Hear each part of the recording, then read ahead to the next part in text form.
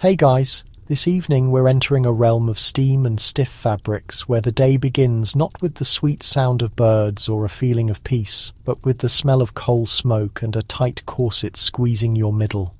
You are about to experience a full day in the life of a Victorian lady. Starting the second your eyes blink open until the moment your private diary is quietly put away. You wouldn't believe how much time is spent just keeping up appearances, pretending you're well, pretending you're modest, pretending you can actually draw a full breath, and yes, pretending you don't feel like screaming into a soft lace-covered pillow. So, before you get settled, please hit that like button and make sure you subscribe, but only if you genuinely feel like it. Tell me in the comments section where in the world you're listening from and what the current time is for you. Lower the lights, turn on that fan for some background mood setting, and let's relax into tonight's little journey. You wake up before the sun even starts to think about rising. The fire in your bedroom fireplace died out hours ago. Your own breath creates a visible cloud in the cold air. It is absolutely frigid. And no, there is no system for heating the whole house, just the residue of coal dust in your lungs and the uncomfortable cling of yesterday's soot to your bed linen. You absolutely cannot start your day by pulling the covers up higher. That would only postpone what must happen. Somewhere down below, a servant, probably younger than you and twice as worn out, is rebuilding the fire, heating water and getting the kettle ready. You don't wish to trade places with her, but you certainly don't have the luxury of sleeping in either. The service bell is rung, you signal back, and moments later she comes in with a basin of water that is always less than lukewarm, along with your necessary undergarments for the day: chemise, long stockings, petticoat, corset. Oh, that corset. It's time. She assists you in putting on the garment while you stand, half awake in your shift. You grab hold of the bedpost firmly. She yanks the laces tighter and tighter. Your ribs press inward, your lungs fight for air. You can feel your heart beating strangely under the pressure of the whalebone. But you can't tell her to stop. There's no such thing as too tight a fit. Your silhouette must be flawless. Otherwise, what was the purpose of being born a female in this household? You feel a cough building, but you suppress it. That would spoil the whole effect. Next comes the bustle, which is literally a padded rear cushion stuffed with material to create that fashionable S-curve. If you're unlucky, it's filled with horsehair that sheds like crazy and sticks to your stockings. The maid slips your dress over your head, carefully positioning the sleeves. You try hard not to notice that she has avoided looking directly at you all morning. That is simply part of the expected routine. If you are of the highest social standing, your gown was selected for you. If you are just middle class, you still must choose something appropriate for receiving 0 visitors and not leaving the house, because maintaining appearances is a constant job. You look briefly at the mirror. Do not smile. Do not slouch. The person looking back doesn't look like someone prepared to take on the world. She looks like someone prepared to be observed but never listened to. That is the goal. Now for the gloves. Heaven forbid you touch anything with your uncovered hands. You hear footsteps approaching on the staircase. Father, husband, brother, it makes no difference. You must already appear composed, seated, and pretending you have been awake for several hours. Extra credit if your embroidery is carefully placed on your lap, as if you've been quietly working. Breakfast is served downstairs, but before that, your hair. If you're fortunate, your maid is good at this. If you're not, she's certainly creative, because your hair must be curled, pinned up, padded or braided. Sometimes all of those techniques into a style that reflects your social status, age and relationship status. And if you are aiming for a successful match, it needs to hint at desirability but never desperation. You attempt to ignore the pulling. The hairpins dig in. Your scalp is sore from the previous night's rag curls, twisted tight, in a sleep that offered no rest. You flinch slightly. She says nothing. You remain silent too. It is only morning and your body is already a battleground of restriction. Steel on your torso, pins in your scalp, a polite smile glued in place where ease used to be. By the time you stand, fully dressed, perfectly styled, and barely able to breathe, you resemble a delicate porcelain doll, immaculate, controlled, and eerily fragile. And you still can't eat. Yet you walk down the stairs, as if your very bones were made of china. Because if you were to trip even slightly, the sound of a misstep might invite questions. Are you feeling ill? Have you been behaving oddly lately? Is there a problem with your digestion, or worse, with your character? In Victorian England, a simple scraped knee can somehow turn into a moral flaw. Downstairs, the dining room has a faint odour of overcooked eggs and weak black tea. The male members of the house are already seated.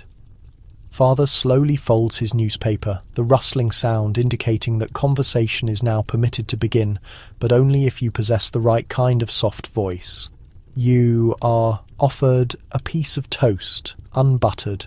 The butter is available, certainly, but you'd better not be the first one to reach for it. You express your thanks, cut a small piece delicately, and chew deliberately. Actually, consuming the food isn't the main point. Looking graceful while you eat, that is the performance. If you are married, your husband might make an observation about the weather. If you are not, the silence hangs heavy. Your role is to observe and offer a pleasant expression. Only speak when you are addressed. A poorly timed remark at breakfast could mean you are excluded from dinner. This is the importance of mornings. In your world, they set the mood for your whole day. You don't own this place. You manage its reputation with your conduct. Now, if you are not the lady upstairs but a servant below, the situation is reversed, yet somehow worse. You've already been working for 3 hours, and your corset, if you happen to own one, is old and stained with sweat. You started by lighting fires all over a house that never seems warm, washing delicate linens your own family could never afford to stain. And perhaps the cruelest part, serving food you will never get to taste. While the mistress slowly picks at her toast, you are scrubbing the pot it was cooked in. You learn the skill of being unseen, not silent, because orders are shouted at you all day, but invisible. There is a technique to it. Walking without making noise, getting things done before you are noticed, disappearing exactly when you need to. And if you are very unlucky, you are what the Victorians referred to as a maid of all work. That is code for absolutely no rest. One woman doing the tasks of 3 people. Laundry, sweeping, cooking, mending, looking after children, emptying chamber pots, and doing all of this while avoiding the master's glance, which might linger too long if no one else is around. A young girl named Lottie once wrote to her sister that she hadn't sat down for 14 hours, her only reward a small piece of leftover butter and some plain toast eaten alone in the scullery after dark. And that was considered a decent day. Meanwhile, back upstairs, your breakfast is finished. You only stand up after the men do, never before. You offer a quick thanks to the cook you didn't talk to, and you head back to your own room, not to rest, but to rearrange yourself. The corset stays on. You won't be able to take a proper deep breath until much later tonight, if at all. On your dressing table sits a tiny ceramic bowl containing lavender water. You dab a small amount onto your neck and wrists. It doesn't truly cover the smell of your discomfort, but it allows you to pretend for a brief moment that life is easier than it is. Outside your window, a horse-drawn cart clatters past. Somewhere a factory siren sounds, a constant reminder that even if you don't leave the house, time is moving and you must keep pace. You straighten your back even more. You check the pins holding your hair. You smooth out the fabric of your dress. It is time to start the true part of your day. The part where you smile, agree, and navigate a world that likes to pretend you don't have a mind of your own. You do not get to choose whether you feel like styling your hair today. That choice was made long before you were born. A lady's head is considered a public sculpture on display for the hallway mirror, the drawing room visitors, and the judging eyes of an aunt who knows the look of a girl who is neglecting herself. Following breakfast, you return to your dressing room for what is arguably the most time-consuming performance of the morning. Your hair. If you are wealthy, you sit on a comfortable stool while your maid starts the routine. She does not ask what style you would prefer. She already knows because last week you asked for ringlets and your cousin subtly remarked that curls are for forward girls. So today it is soft braids wound close to your head. Elegant, controlled and suitable for marriage. You wince as the brush snags on a tangle. She pulls. You pretend not to notice the pain. You would think that after years of this your scalp would be tough like leather, but no. Some mornings it feels as if every single hair is attached to your very being. And then the hot tongs arrive. Yes, heated curling irons warmed over a flame and held close to your head by a young woman who has had 1 cup of tea and only 4 hours of sleep. You hold your breath while the metal makes a sizzling sound. It smells like burnt patience and singed hair, but you say absolutely nothing, because a well-arranged hairstyle is the nearest thing to a weapon you will carry today. If you are middle class, you are likely doing this yourself. Your arm feels numb holding the iron up at the proper angle. You try hard not to pull away as your own hand fails you. If you burn your forehead, you will have to spend the whole day pretending it's a beauty mark. And if you are the maid doing the curling, you are not simply styling a lady's hair, you are carefully sculpting her future. A loose curl could upset a suitor's mother.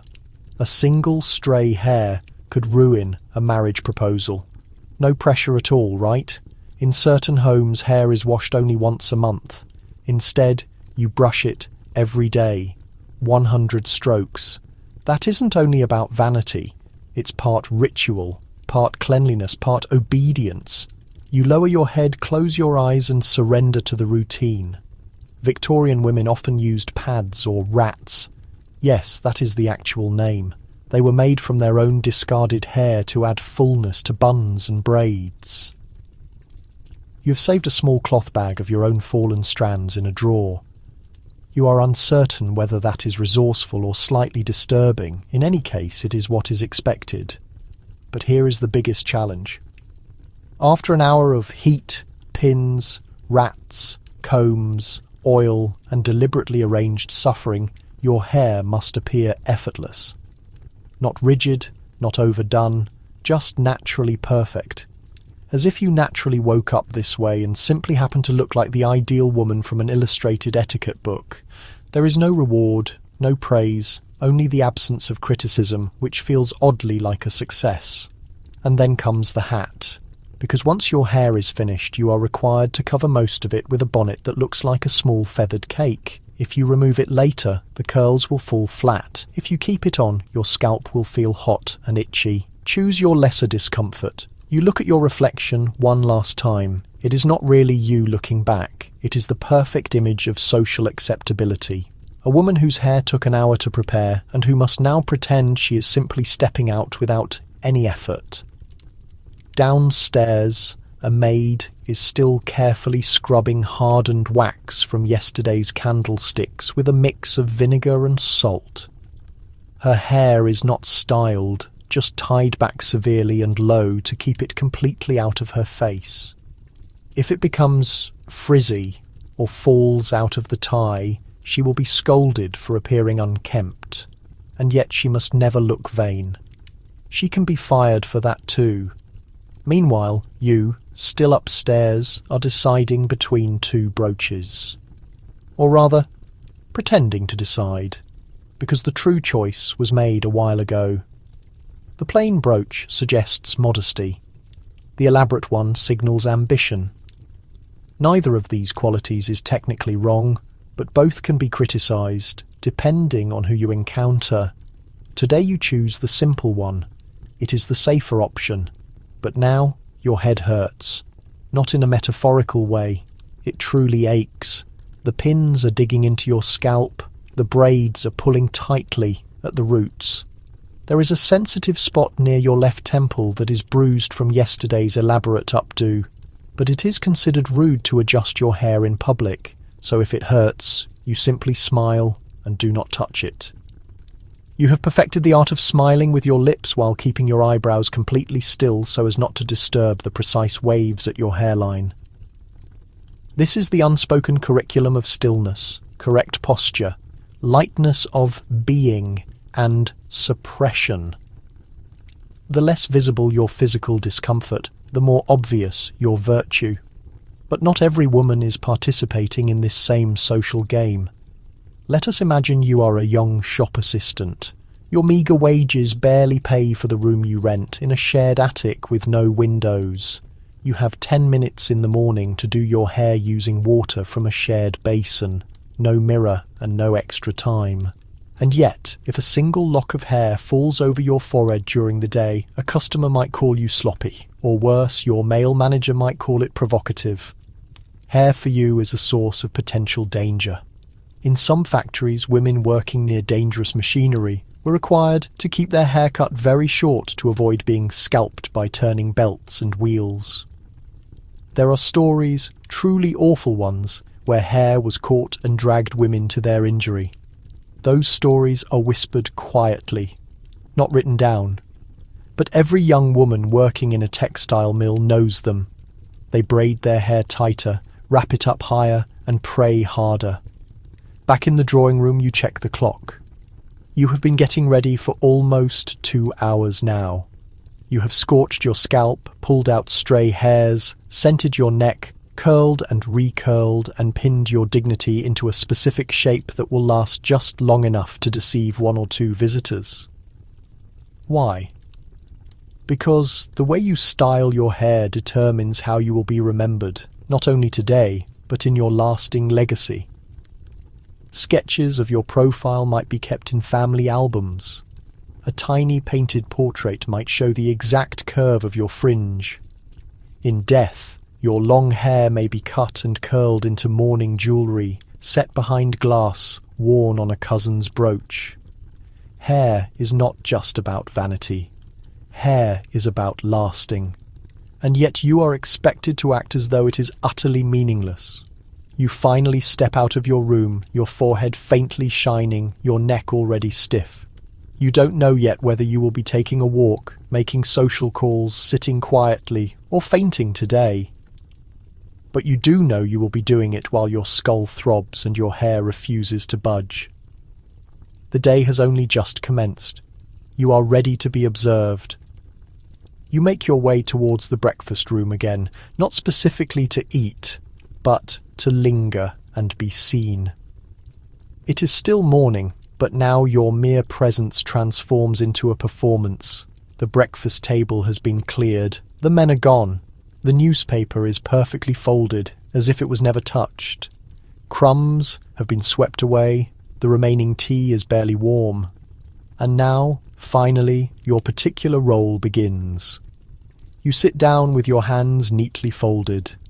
A slice of plain toast sits on your plate, untouched. You take a tiny sip of tea and whisper a polite comment to your mother or chaperone. You are not hungry, and you are not permitted to be. You are available in the social sense. Being seen at breakfast at the right moment might lead to an invitation, and an invitation could lead to something more.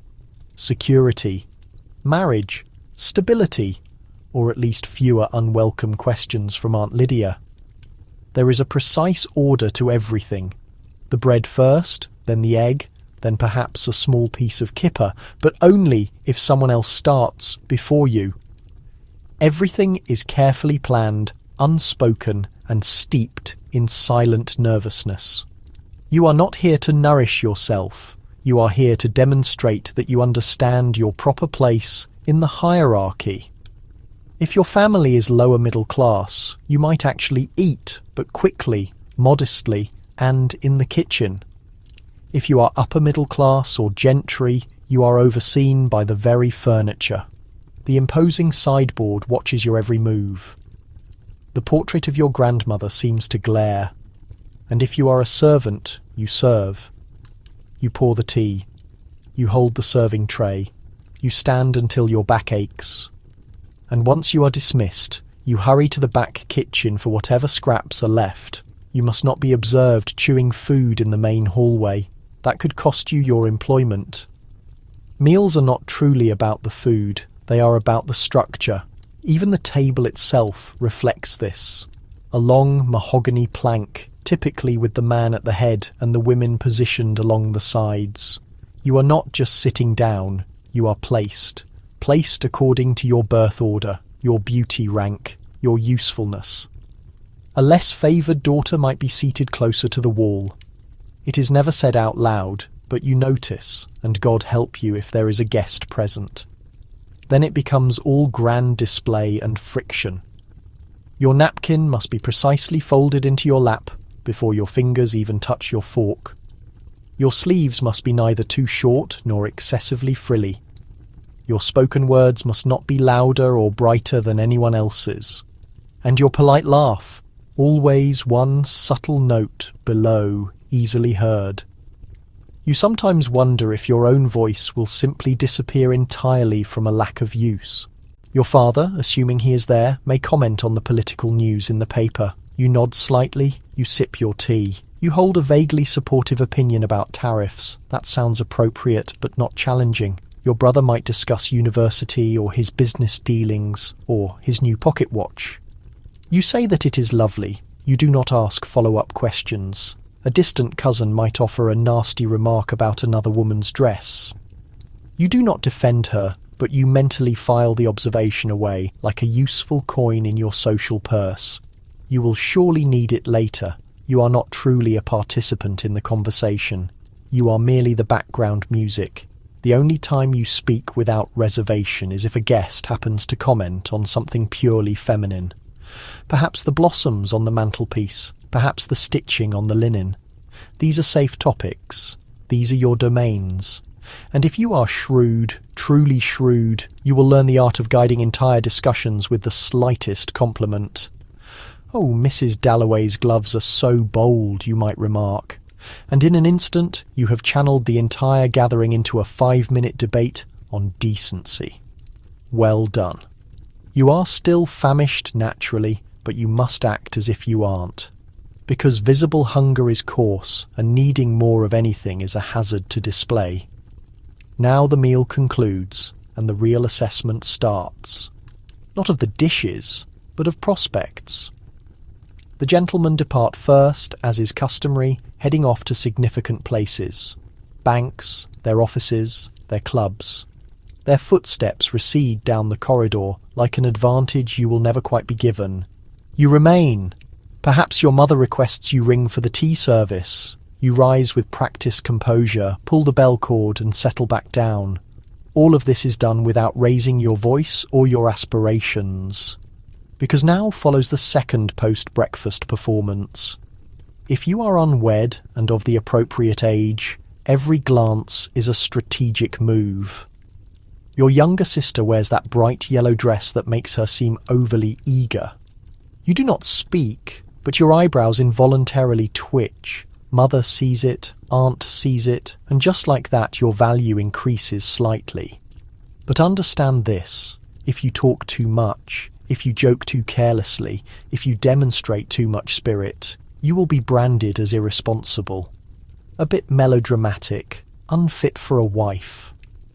One too loud laugh, and suddenly you are the type of woman who requires firm guidance. It is a fragile balance, so you retreat to your posture as the ideal young lady, elegant, agreeable, correct. You ask a servant politely for more tea, even though it is cool and tastes of disappointment. You praise your cousin's scarf, though its brightness hurts your eyes.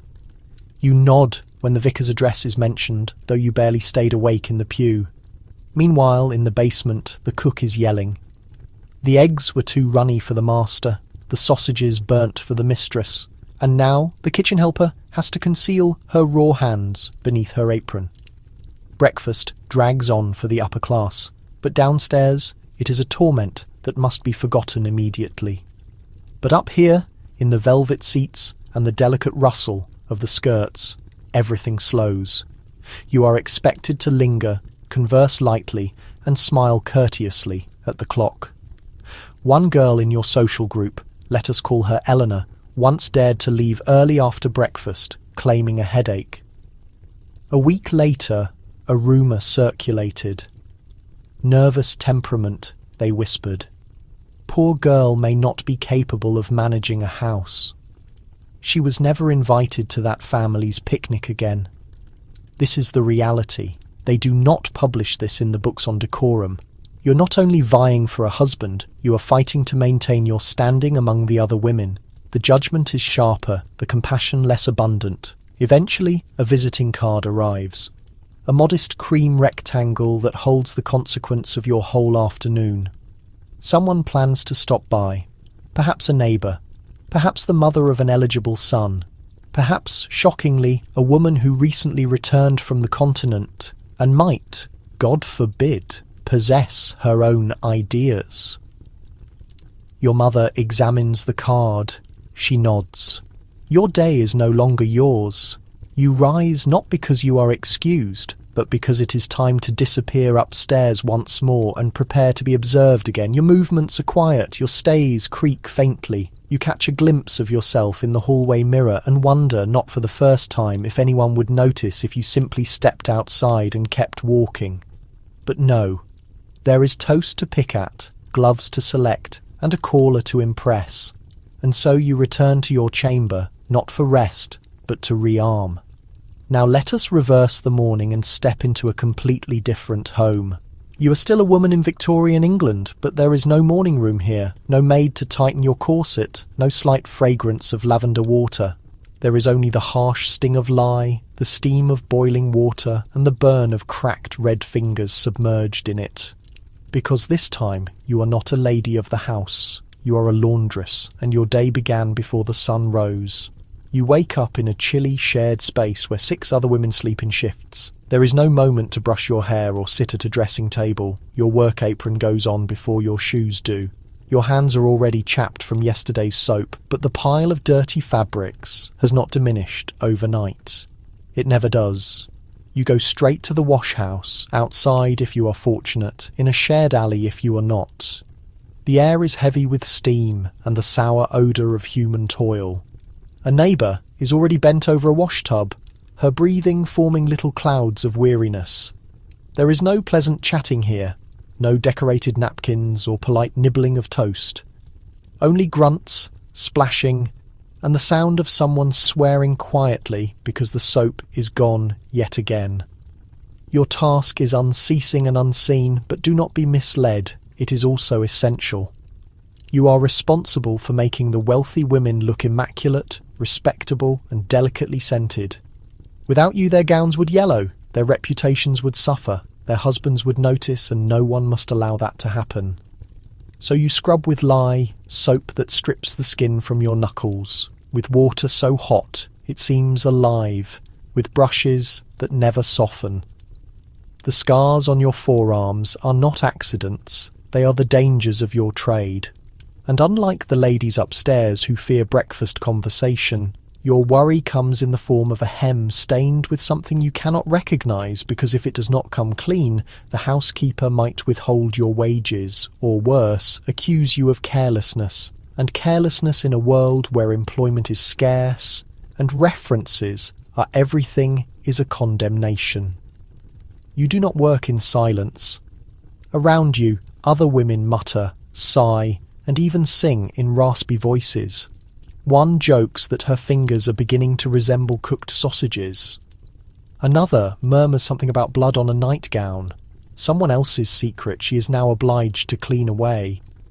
It is a shared burden, but a difficult one. You are too exhausted to bond, too sore to find humour. By mid-morning, your clothes are soaked, your arms are shaking, and your stomach has been reminding you for an hour that it has not seen bread since yesterday's leftover crust.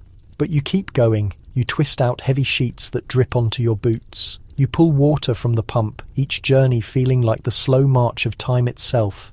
You hang damp linen across strained ropes, your fingers freezing as they grip and pin. And maybe, just maybe, you catch a glimpse of a fine lady walking past on the street, gloved and scented, her parasol the colour of a fresh apricot. You wonder what her hands look like. You wonder if she has ever bled into her bathwater from broken knuckles. You wonder how it feels to rest, but you do not have time for long reveries. A child has spilled the soap basin. Your dress is wet again, and there is a second load still to be finished before the midday bell. You plunge your hands back into the water, set your jaw and scrub, because being tired is not a valid reason to stop, not for women like you. By noon, the heat in the washhouse is stifling. Your face is flushed, not from shame, but from the scalding air and the physical effort. The back of your dress is damp. Your stays, if you even own a set, are loosely tied out of necessity. Not because of a lack of propriety. You would remove it completely if you were not afraid of being seen undressed by your employer or some self-righteous neighbour with a strong opinion. You look down at your hands. They are swollen and wrinkled, the nails dirty and chipped. Some laundresses rub animal fat into their fingertips at night, hoping to ease the cracks before they bleed. It seldom helps. One girl in your building, Lucy, lost the tip of her finger to a rusty washtub edge and could not work for 3 days. She was forced out on the 4th. So no, you do not complain about the cold or the heat or the blood beneath your nails. You simply work harder. Midday brings a transition, not relief, but a change in routine. The clothes are now twisted, rinsed and snapped cleanly onto lines or drying racks. But the most difficult part is next, the starching and pressing. The starch mixture is made from boiled flour or potatoes depending on what is available and smells vaguely of decay and desperation. You stir it with a wooden tool, then drag collars and cuffs through it before laying them flat to dry. Once dry, it is time for the iron. And Victorian irons are not convenient tools. They are heavy cast iron blocks heated on a stove or a coal fire. No temperature setting, no room for error. You check the heat by spitting on the iron surface to see if it hisses. You pray it does not burn the cloth or your arm. Many laundresses carry permanent scars on their forearms from accidental contact with the iron's edge. A moment's lapse in attention can leave a mark that lasts years. And if you scorch a customer's item, you may have to pay for it out of wages you have not yet earned. But the worst burn is not on your skin. It is in the pit of your stomach. When you overhear the lady of the house scoff that her washerwoman left streaks again, as if her perfect blouse simply appears magically from her wardrobe like a spring blossom. You do not receive praise, you receive complaints. You press the sleeve of a fine linen shirt, knowing full well the man who owns it would not acknowledge you if you passed him in the street. He would see right through you like smoke. And yet here you are, smoothing the fabric that will rest against his back, closer than any embrace. Sometimes, however, strange little tokens fall from pockets. A forgotten coin, a silk ribbon, a dried flower from a gentleman's letter to a lover. You never take anything, but you observe. You keep these small pieces of information in your mind like secrets they remind you. The world above you is constructed on pretense. The rich pretend to be virtuous, the poor pretend to be invisible. You have scrubbed away the evidence of both. By late afternoon, the labour lessens, but there is no finish, only a break. You still have to sweep the floors, clean the tubs, and pull the now heavy dry linens inside before night falls. Your back hurts, your shoulders are hunched. You still have to carry a basket up 2 flights of stairs to your rented attic, and you have not eaten yet, not properly. But for now, you sit on a stool near the doorway and let the cool air touch your face, and in that single minute, before the next chore calls, you remember something unexpected. You are still a woman, not just a washer, not just a body, not just a pair of hands. You are you, even if no one acknowledges it. Even if it washes away every morning like suds down a drain. Back in the cosy reception rooms of the affluent world, you have had your tea, your hair is neatly secured, and your stays are creaking politely with every breath.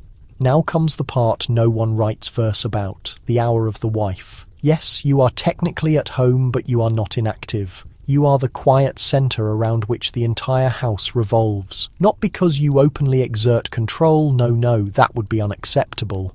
But because everything must adhere to your orchestrated desire, disguised as gentle advice.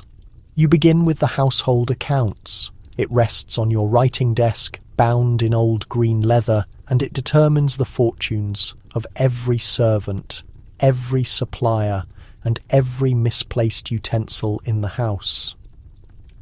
Your hand aches as you record figures for meat deliveries, chimney cleaners, new candles, broken chamber pots, coal again, always coal. You are not supposed to understand numbers, but woe to the butcher if his bill is short by half a shilling. You do not refer to this as work naturally. That would be unfeminine. You call it managing the household, a delicate performance of tact, pressure, and mental calculation with no allowance for mistake. And then come the staff. Not all at once. They know better than to crowd you. Instead, they trickle in with inquiries and needs. Mrs. Graham, the cook, wants to know if she may prepare fish on Friday, though it is 2p more expensive. Your chambermaid, Jane, asks, muttering, if she may change her half-day next week to Thursday. The gardener left a message about the rhubarb. The laundry has not yet arrived, and someone has ripped the corner of the best tablecloth. You respond to them all with the refinement of a duchess and the strategy of a general. If you are too lenient, the cook will order veal for every meal. If you're too strict, the maids will complain behind closed doors, and revolt begins in whispers. This is your tightrope. You learned it from your mother, who once commanded the linen cupboard like a naval officer. You remember how she would trace her finger along the rim of a teacup and whisper, "Only women notice what isn't discussed at the table." So now you inspect the food storage, not because you are hungry, but because mice can enter through crevices you did not even know existed. And if your sister-in-law visits and discovers insects in the flour, she will never let you forget it. Downstairs, the staff adjust their behaviour. The moment you enter, the kitchen falls silent.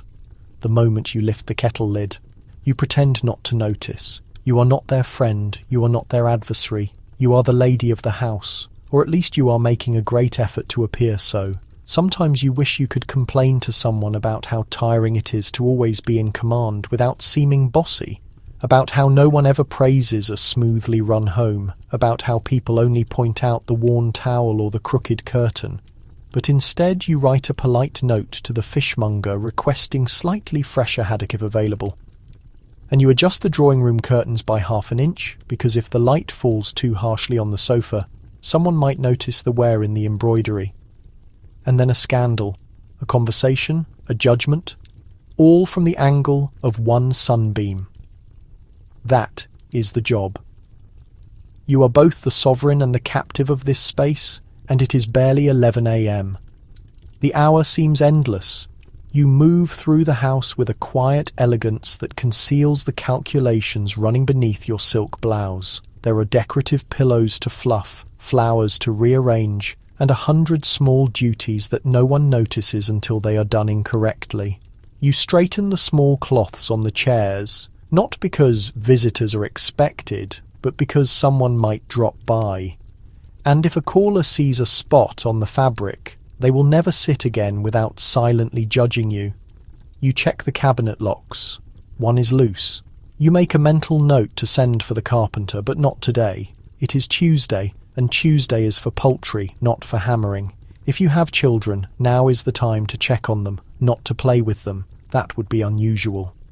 You visit the nursery, ask the governess how the lessons are progressing, glance at a half-completed Latin exercise and murmur something vague like, "Very good, dear," while smoothing a loose strand of hair. You ask the nursemaid if the baby's cough has returned and offer a drop of medicine, though the doctor warned you once against being too affectionate. Tenderness is meant to be managed.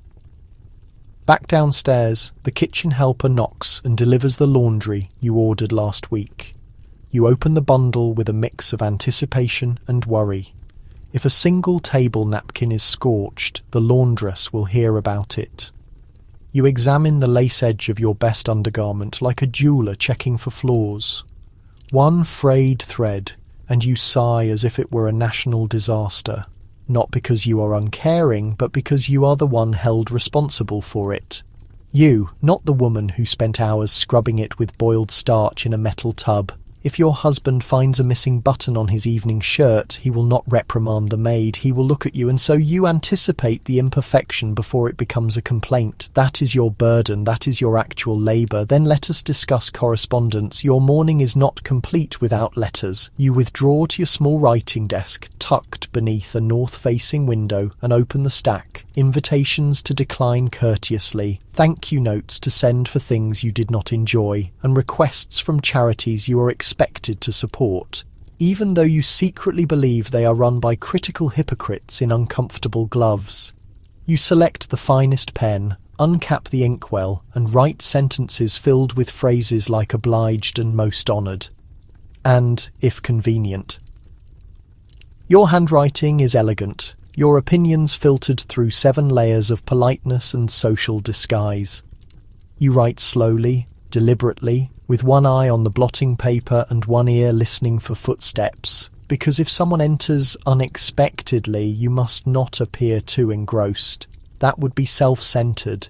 Women are not supposed to look busy, unless it is with needlework or children. Somewhere in the house, a wooden floorboard creaks. You pause. Ah, the mail has arrived. You search for international stamps, crisp envelopes, anything exciting. But mostly it is the same. The same names, the same paper, the same small confined lives pass through wax seals. You put the letters away, stretch your tired fingers, and check the clock. It is almost noon. Soon the pace will change again. The luncheon tray will appear, and you will be expected to assume your next part. The charming hostess, the delicate woman of refined tastes, the quiet presence at the edge of a conversation between men who believe they control the world. But for now, for 1 minute, the house is silent. You close your eyes and imagine a world where no one notices the window coverings, where spoons are irrelevant, where being a woman does not mean managing a realm that pretends it is not a realm at all. Then you stand, smooth your skirts, and proceed, because you have duties to attend to, and no one will thank you for performing them. The bell rings just after noon, a sharp, silvery sound that cuts through the air like a polite divine summons. A visiting card has arrived. You do not rush. That would be improper. But your heart performs a small, unladylike jump. You descend the stairs with the calm composure of someone who has practiced this 100 times. Because you have. Calling hours are a ritual, a performance, a snare. Your gloves are already on. Not the soft ones, those are for private company, but the pale kid leather pair with a stitched hem that suggests, I am sophisticated but not desperate. Your skirt moves correctly. Your waistline is tied to precisely the degree of social acceptance, and your expression is one of mild, pleasant neutrality. You enter the reception room and find her already seated. Mrs. Audley, naturally. The woman who knows everyone and enjoys reminding them. She holds her teacup like a judgment. You sit, barely allowing your back to touch the chair, every muscle poised, every finger curved delicately around the handle of your teacup. You smile, not too broadly. You nod, not too eagerly. Now the social fencing match begins. Mrs. Audley comments on the terrible wet weather lately, and how it simply destroys one's good humour. You agree, but you mention how it did wonders for your tulips. She raises an eyebrow. Score 1 for you, then. She leans in, her voice drops. A new family has moved into number 7, she whispers, and they have hired a French governess. You gasp, just enough to seem curious, not appalled. You sip your tea slowly, letting the gossip linger in the air like perfume. This is the dance. You exchange names like currency, observations like subtle weapons. You must appear knowledgeable but not intrusive, amused but never common. You are navigating a minefield in a hoop skirt. On the table between you lies her calling card. Ivory with trimmed gold edges. It arrived only 5 minutes ago, hand-delivered by a footman in a powdered wig 2 sizes too big. The card is her pass into your house, but it is also her proof that she has been here. Because here is the strange little truth. You leave calling cards even when the host is absent. Sometimes. Especially when the host is absent. Why? Because the actual objective is not the visit, it is being seen to have visited. It is all about the ledger. Yes, you maintain one. Every woman does. A small leather-bound book tucked discreetly in your writing desk. Inside, every name, every card, every visit made, received, returned. You must return calls within 2 weeks. Failing to do so labels you inattentive, or worse, unfashionable. Your social standing is literally documented, recorded in ink, and reviewed like accounts at a bank. And do not forget, the card itself must follow regulations. The fold at the corner that signifies the call was made in person, your husband's name written beneath your own. That implies he also visited. An overly elaborate border, vulgar, a cream card with a subtle logo. Acceptable. Anything with colour, God forbid. Mrs. Audley stands. A subtle impression remains on the parlour sofa where she was seated, but her presence has left a deeper mark upon your nerves.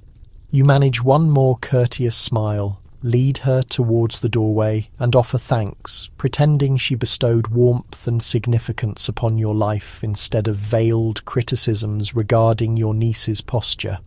The moment the door shuts, you let out your breath, though only briefly, because the expected procedure requires you to promptly visit another acquaintance or risk falling behind in the rigid structure of social obligation. You retrieve your personal collection of visiting cards, still arranged perfectly inside their decorated container, and begin the selection process. Who will receive your attention this afternoon? No conversation is necessary. You simply hand over a card and proceed to the next stop. You are not encouraging friendships, you are maintaining your reputation, one small piece of paper at a time. The carriage sways gently as you hold your straight posture inside, card holder resting on your lap, the destination already confirmed. You are not heading out for afternoon tea. You are not going off to shop. You are performing calls. A phrase that sounds pleasant, almost genial, but in reality functions more like a military maneuver, executed in expensive silk and fine lace. You will stop at 4 or 5 residences, perhaps more. If your gloves remain spotless and your bearing does not falter, you will successfully avoid any actual interaction. Ideally, the perfect call is one where the person you are visiting is not home. You hand your card to the footman and continue down the street, your standing secure and your dresses hem clean. But sometimes, unfortunately, they are present. The front door opens, a servant bows you inside, and now you find yourself seated once again on an unfamiliar settee, accepting their lukewarm tea and offering compliments on their curtains. Your ankles must be crossed just so. Your comments should be lively without ever becoming harsh. Your tone must be kind without crossing into genuine closeness. And be careful not to talk too often or too little, too intelligently or too foolishly. Just last month, one woman made the mistake of referencing a book she'd finished, an actual work of fiction, and it was not by the authorised Sir Walter Scott. Unimaginable. It is still the subject of conversation. Calling is intended to be short. 15 minutes is the ideal length, but it depends on the hostess. You must always be the first to rise, signalling the end of the visit. Remaining any longer implies undue enthusiasm. You step back outside. The footman assists you back into the coach. You smooth your skirts, quickly check your gloves for loose threads, and prepare the next card, moving on to number 12. Some women find this stimulating, a chance to display their clothing, their cleverness, their social ease. But you do not. You feel like a visible spirit, nodding, smiling, complimenting hats, and pretending the atmosphere is not dense with anxiety. Because one careless comment, one accidental error concerning someone's kitchen staff, cousin, or curtains, and you could be removed, not simply from the room, but from society entirely. It has occurred before. Miss Spencer, 2 blocks away, dared to ask a gentleman about governmental affairs during a call. He was only a distant relative. She meant no offence. Yet within 7 days, her party invitations stopped. Her name was absent from every dinner list. She now raises bees. You make a mental note to absolutely avoid the topic of insects. Occasionally, to make the calls more engaging, women bring small tokens. A floral arrangement, a new recipe, a piece of trim from their latest purchase. Not out of generosity, but for advantage, a small currency to exchange for society news. And, oh, the rumours, they flow silently beneath every visit, like an unseen current. Mrs. Kent's new maid uses facial rouge. Lady Hartley's husband is travelling with unusual frequency. Someone heard a faint melody from a violin in the attic of number 9, which is strange as they own no such instrument.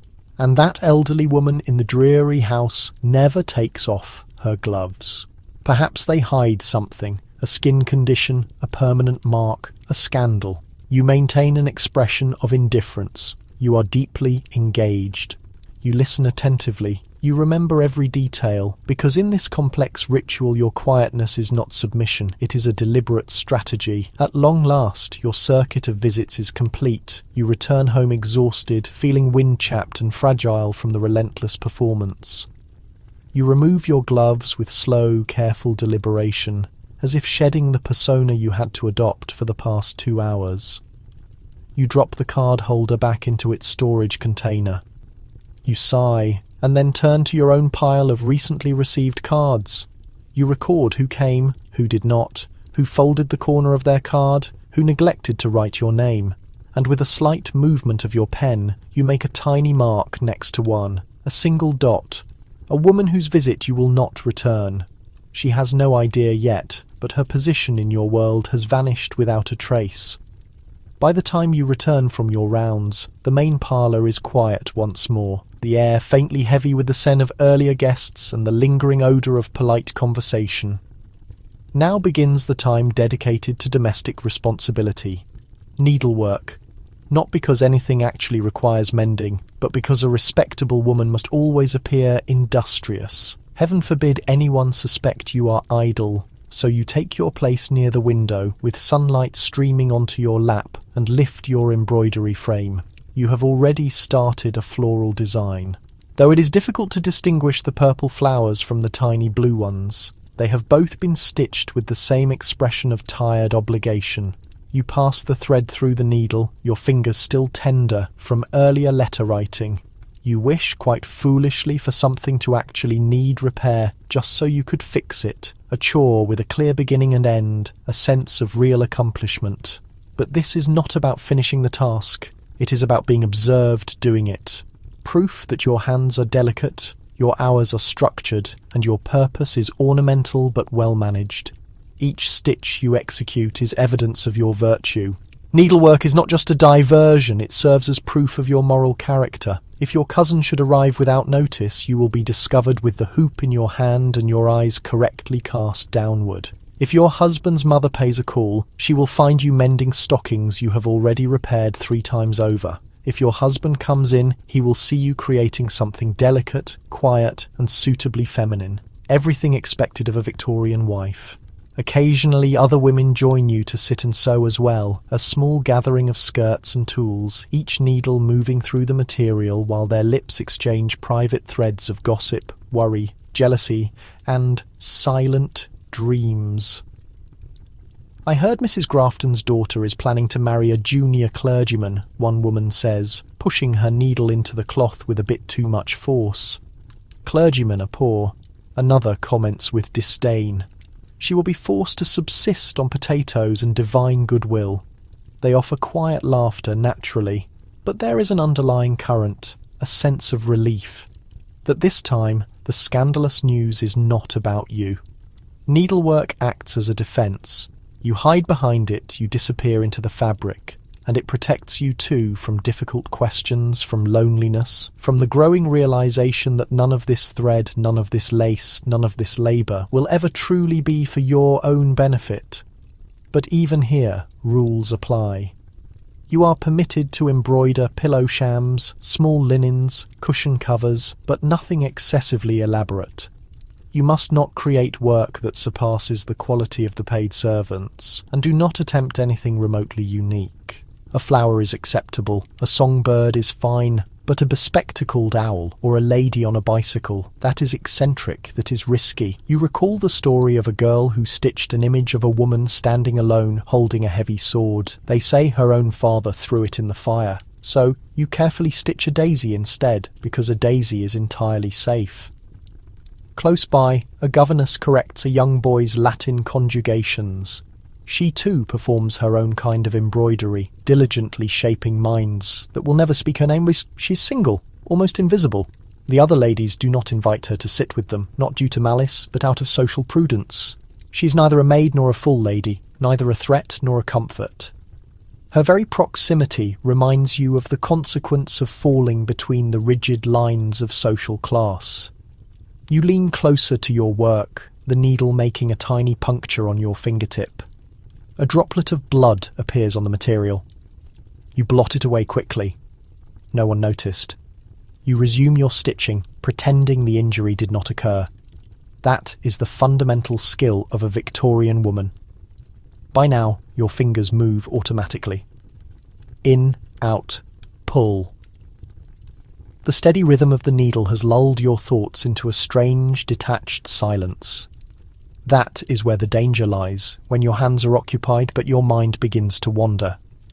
That is when the daydreams start. You picture throwing the hoop aside and walking straight out the front door, or maybe stitching something wildly inappropriate, a mermaid with scales, a pistol, a fox with a wicked grin, something vibrant, something that would make the matrons choke on their tea. But instead, you thread another pale blue fibre, because you are perfectly aware of what this embroidery circle truly is, not a simple pastime, but a system of scrutiny.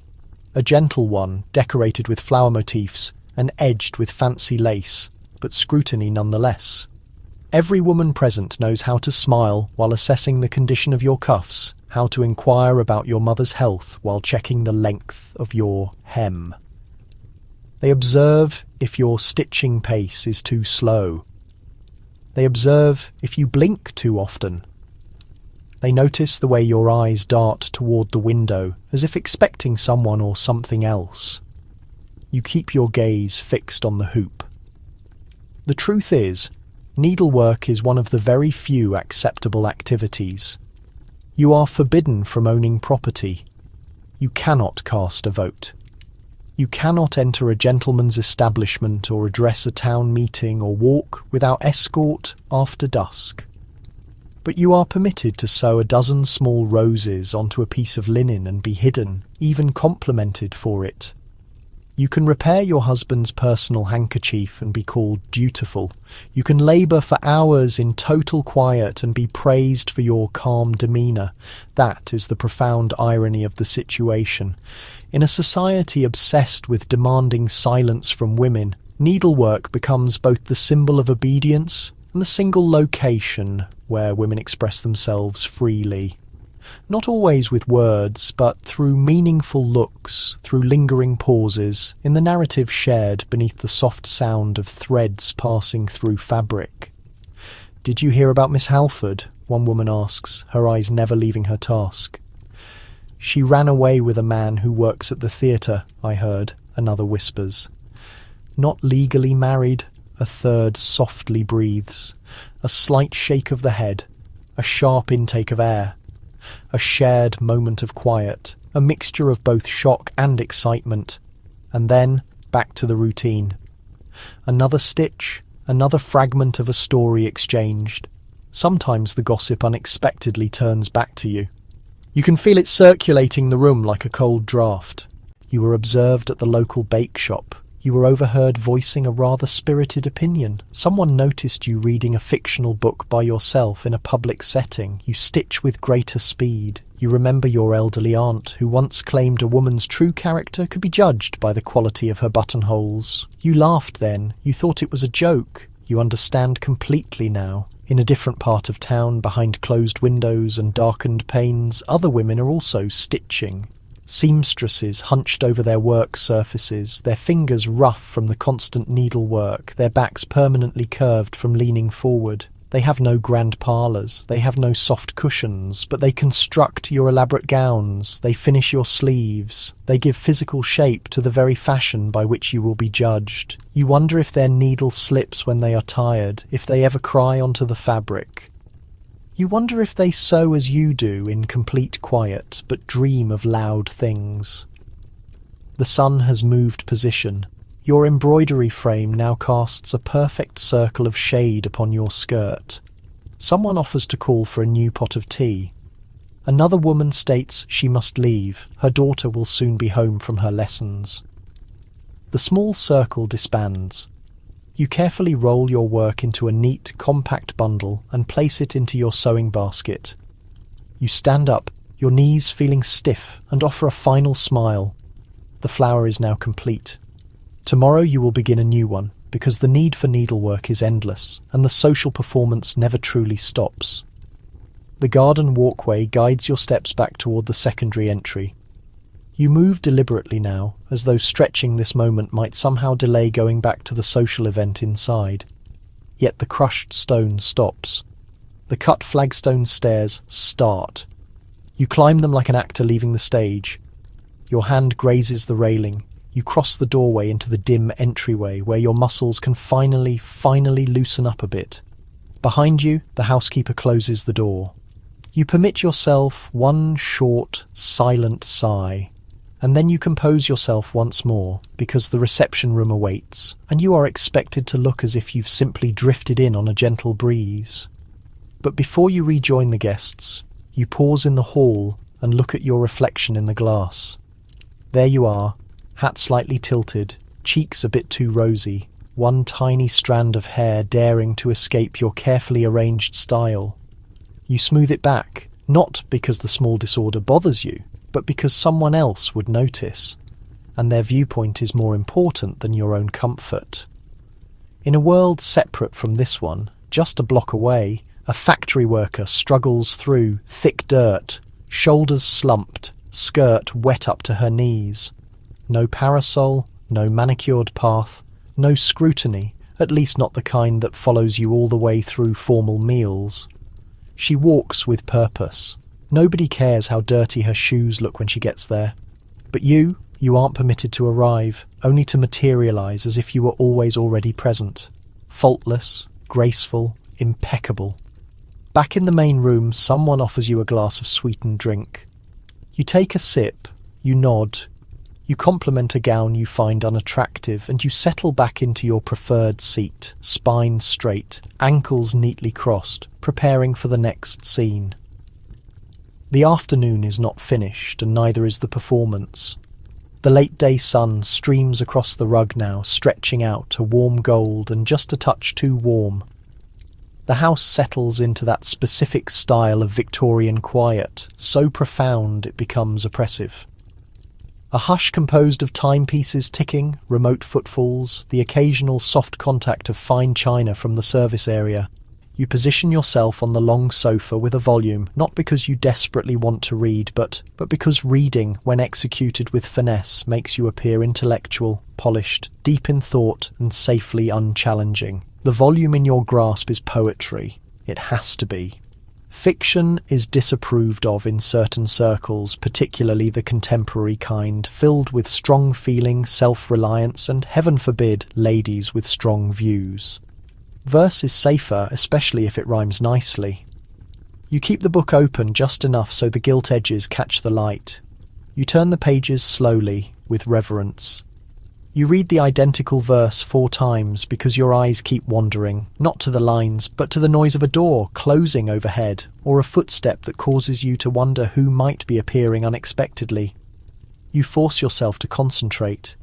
The verse is about a songbird, or maybe a stream, something delicately mournful. Your posture is excellent. If someone walks in, they will observe a refined young woman absorbed in lofty contemplation, not a woman utterly weary. You do not shift your position. You do not rest your chin on your hand. That would be too casual. No, You must resemble a painted canvas, all soft edges and tranquil poise. And that is the frustrating element. You are not reading to truly escape, you are reading to act out the escape. And ironically, there are rules, even for this activity. One palm supporting the book, the other lightly touching the edge of the sheet, head slightly inclined, lips faintly parted. You are meant to look like a portrait that may someday hang in the gallery of a relative's estate. Image of a woman at leisure. The tragedy is that you are not at leisure. You are working, constantly. Even during this supposed moment of peace, you are labouring under heavy layers of expectation. Because reading is fine, certainly, but only if it's not too loud, too quick, too often. A girl who consumes too many books is questionable. A girl who recites from her books at dinner is marked. A girl who questions the meaning of her reading, dangerous. There is a tale about a young woman who once read Darwin, then asked a minister about it during a tea service. She was sent to stay with a relative in the north indefinitely. You keep that account folded tightly in your mind, like a flower pressed between sheets, a steady warning. Your finger rests on a line discussing profound yearning. You do not dare to feel it too deeply. Instead, you memorize it so that later, when questioned about your reading, you can recite something proper, something vague, something that suggests you were thinking about little songbirds and not about the restrictive situation you inhabit. At the far end of the room, your mother rustles through colourful embroidery threads. She does not interrupt you. That would be inappropriate, but she glances up, now and then, checking to see where you are in the volume. Too quick, and she will fret about your mental state. Too slow, and she will fret about your lack of spirit. This is the impossible balancing act, to read just enough to look intelligent, but never enough to appear hungry. You shift your attention back to the book. The page has been turned, but you cannot recall what it discussed. As the daylight sinks lower, casting angled lines of light across the patterned wall covering, you finally close the volume, not because you have reached the end, but because you have held it for a sufficient time to convey your statement. Any longer and someone might presume you actually find enjoyment in reading, which is disturbing.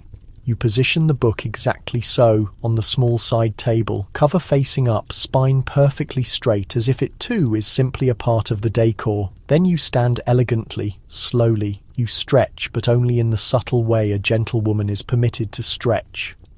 Minimally, with a slight turn of the head and a roll of the shoulders, like a majestic bird preening its feathers. Your legs feel cramped. Your structured undergarment groans faintly as you shift your weight.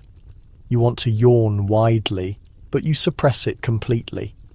Reading, after all, is quite tiring, but it is nothing compared to what occurs when you fail to execute it. There was a girl, Eliza, you think her name was, who never acquired a fondness for reading, or at least never pretended to. She preferred strolls in the garden, sketching animals, writing small poems privately that might have been delightful if she had not once declared aloud that she considered Wordsworth tedious. She is married now, to a man 2 decades older who owns a large brewing business and dislikes dogs. You wonder if she still writes her verses. Reading is, in certain ways, your protective shell. You think of the governess upstairs right now, perhaps reading too, but without the comfort, the parlour, the quiet. She reads late at night, in the brief time between correcting a child's penmanship and mending her own clothing. Her books are borrowed, often given back with pages missing. No one praises her for reading, they take it for granted. Her reading is not for display, it is true escape. You envy her slightly for that reason. There is something truly risky about reading for genuine meaning. You experienced it once, quietly, when one phrase caught hold of something deep inside you. A section that made you feel truly seen, that felt as if it had been composed by someone gazing through time, directly into your very core. But you gently creased the page, closed the volume, and tucked it away. Because permitting a book to transform you is as dangerous as letting a corset come undone in public. Nobody wants to see a woman exposed. Not truly. So, instead, you gather little phrases, fragments, harmless pieces of verse you can casually offer at gatherings. A line about the moon, a poetic comparison involving flowers. Nothing that could ever be misinterpreted as deep desire or dissatisfaction. Even your selection of books is chosen for the main sitting room. Your father once gave you a heavy volume of Milton with a note that read, "Strong minds require strong poetry."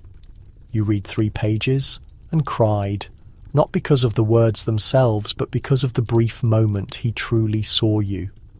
Then he never mentioned it again. Now you primarily read what is expected, what is aesthetically pleasing, what will look appropriate, casually left on the music stand. But occasionally, when you are certain no one is observing, you return to the pages that feel illicit, the ones with furious women or isolated women or smart women who ask challenging questions that resonate long after the book is closed. You never speak their names out loud, you just keep them folded into your memory like a private detail pressed between your gloves. Because books may be bound, but you are not as securely put together as they imagine. Not yet. Upstairs, just beyond the second-floor landing, where the atmosphere feels cooler and the wall coverings slightly peel at the edges, lives a woman who dines by herself, sleeps by herself, and smiles only when the children achieve their French grammar rules correctly. She is the governess, and today we will inhabit her reality, or rather her heavy, sensible footwear. You walk the hallway to her small chamber, situated close to the children's room, but never quite in it. Near enough to be quickly called, far enough to remain set apart. That concept, set apart, characterizes her existence. You enter her small area. It is cramped, highly organized, a place of limited possessions and quiet dignity. There is a small writing surface with 3 books stacked neatly, grammar texts, geography guides, and something half-read and privately cherished. There is a large wooden trunk beneath her bed. She has owned it since she was 16 years old. Her plain dress is dark, simple, designed to be inconspicuous. And so is she. As the governess, you occupy an odd transitional space. Not exactly a servant, yet not a gentlewoman, not paid enough to live comfortably, not quite accepted enough to marry well. You eat your meals with the children, never with the family. You instruct on manners you are not allowed to practice. You attend religious services, but you occupy a seat in the very back.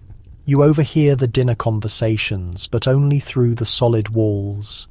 In short, you are essential and yet completely unseen. You wake up early, before the nursemaid, before the initial morning bell.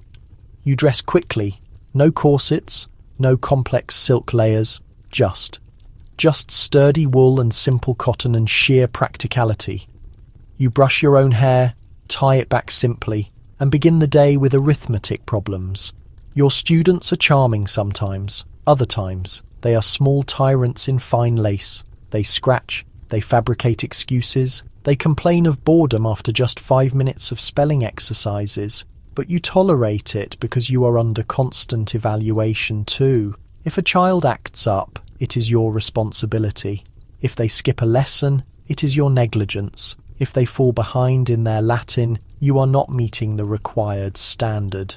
And yet, when the child flawlessly recites a passage from the works of Julius Caesar at dinner, no one offers you praise. They praise the child. The father beams widely. The mother delicately wipes her eyes. You remain entirely in the background. You quietly correct the next school work assignment. At noontime, you accompany the children into the garden, but not for pure recreation. This constitutes hands-on learning. They must correctly identify 5 species of trees and 3 types of birds before they are permitted to run freely. One of them tumbles into the mud. You meticulously scrub their small boots. Later, you do not sigh heavily. You do not show any annoyance. You flash that careful governess smile, the one that silently communicates, "I am not here to cause disruption. I am only here to be helpful." But you are profoundly weary, not because of the actual teaching labour, but from the constant balancing act, the continuous, moment-by-moment effort to be serious but not cold in nature, intellectual but not threatening, nurturing but never maternal. Because if you develop too deep an affection for the children, that is deemed inappropriate. If you become too emotionally distant, that is considered heartless. One governess in the countryside was fired for holding a child's hand for too long a period, another for simply refusing to do so. You conclude the morning's lessons in the schoolroom. The older child yawns widely, the younger one quietly chews on a large ink blotter. You suppress the powerful urge to shout. You instruct them to recite their prepared poetry again. They groan softly, but you insist because you are expected to be a bastion of unending patience, and you must be faultless or you will be dismissed. Afternoon school periods drag on like thick, wet wool. The children are highly restless now, fidgeting constantly, poking each other with sharp quills, fabricating excuses to leave the small room. You assign handwriting drills simply so you can sit down for 5 blessed minutes of stillness. You glance up at the large clock on the mantelpiece. It is barely past 2 o'clock. You have not conversed with another adult since the morning meal, and even that was just the butler grunting that the fireplace needed more wood. This is the one thing no one ever mentions about the profession of governess. It is not the demanding labour that breaks you down, it is the intense isolation. You are surrounded by other people all day long, yet you are deeply alone. You are not considered part of the family structure, you are not considered part of the domestic staff.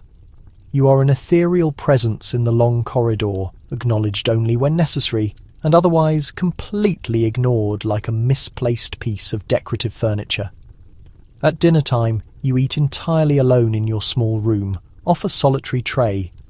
A small slice of chilled meat, a hard heel of bread, occasionally a simple soup.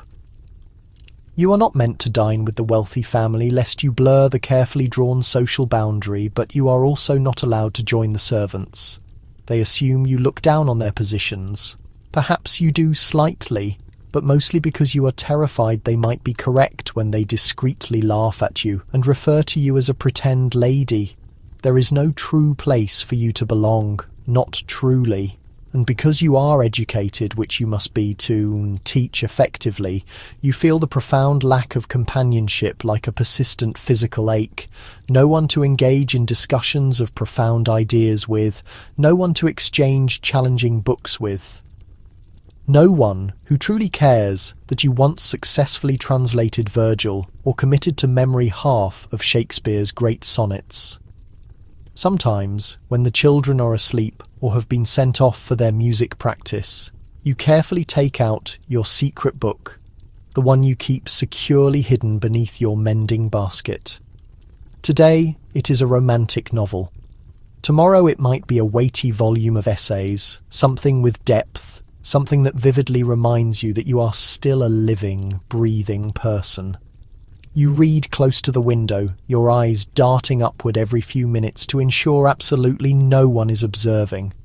A governess who is caught completely absorbed in fiction can be summarily dismissed for inappropriate self-indulgence. That actually happened to a woman you once knew well. Her only sin was reading the novel Jane Eyre. The extreme irony almost destroyed her. Once a houseguest at this estate asked you what your specific opinion was of the Reform Bill. You answered honestly, perhaps too honestly. He smiled politely, but you noticed the sudden chill in the lady's eyes immediately afterward. No one has requested your political opinion since that incident, so now you speak only when it is absolutely necessary. You keep your lesson material polite and completely inoffensive. You compliment the children's extremely mediocre sketches. You praise their oral recitations even when they noticeably stumble.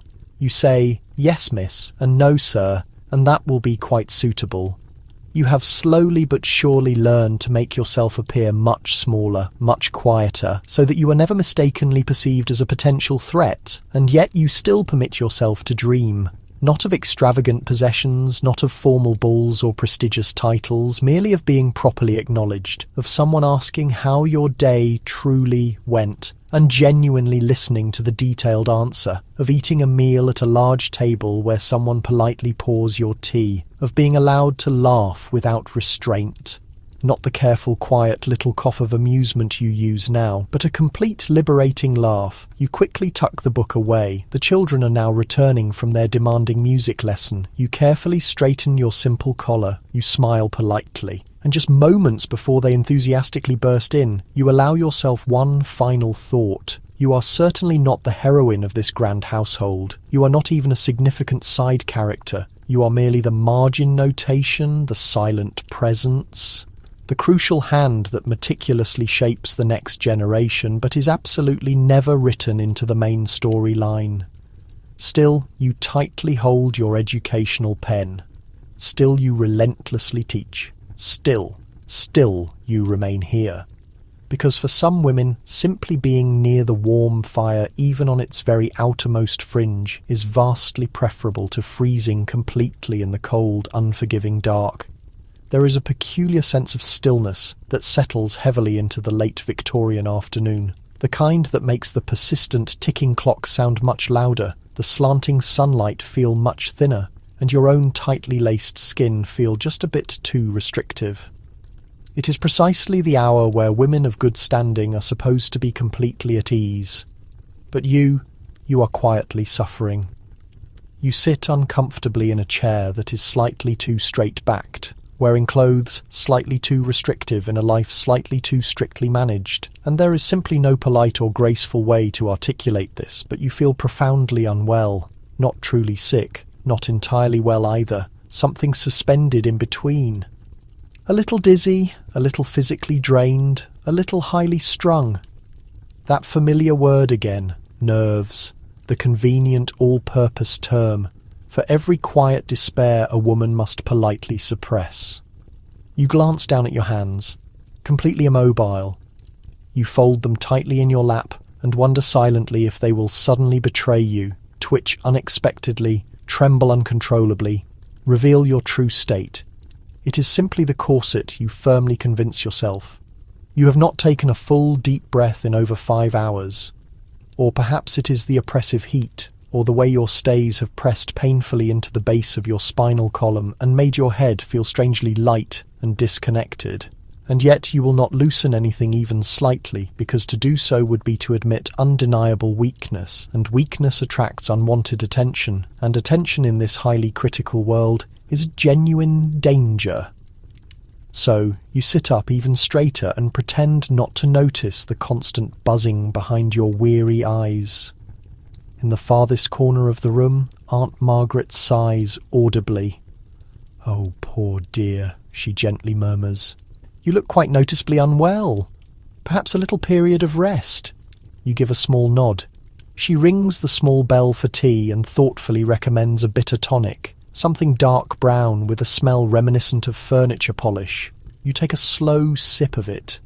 It accomplishes nothing at all except to confirm to everyone else present in the room that you are behaving exactly as expected.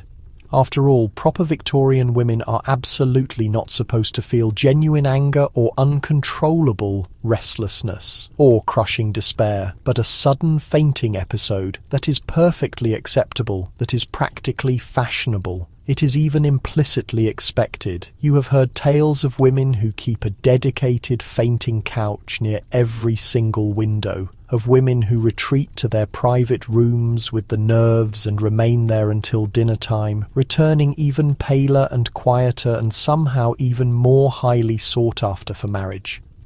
You quietly wonder if you are slowly becoming one of them, or worse, becoming widely known as one of them.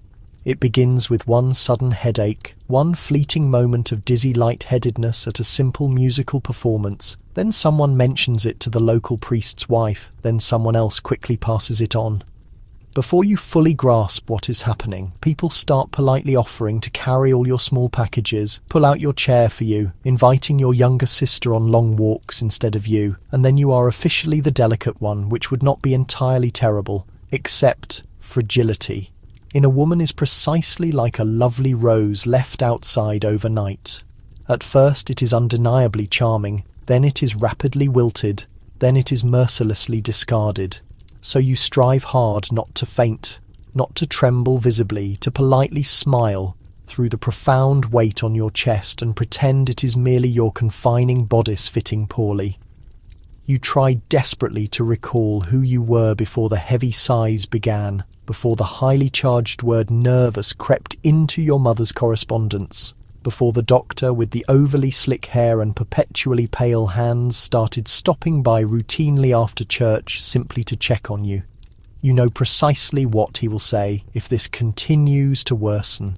You have heard it secretly whispered at countless garden parties. Hysteria, that terrible word, all harsh consonants, and even harsher, devastating consequences. Because hysteria is much more than a simple medical diagnosis. It is a definite sentence to complete isolation, to widespread ridicule, to brutal ice baths and intense mustard plasters, and a tiny forgotten room at the farthest end of the long hall where women are sent to supposedly get better and never quite return to their former selves. And so you do exactly what all women like you are rigorously taught to do. You perfectly mask it. You lace up even tighter, smile even wider, speak even softer. And when you are certain no one is observing, you quietly dig your sharp nails into your soft palm, not to deliberately cause pain, merely to feel something undeniably solid and real. It is mid-afternoon, the air is thick and still. You are physically motionless, but your mind is violently thrashing, and no one, not even yourself, can accurately name the suffocating thing you are drowning in.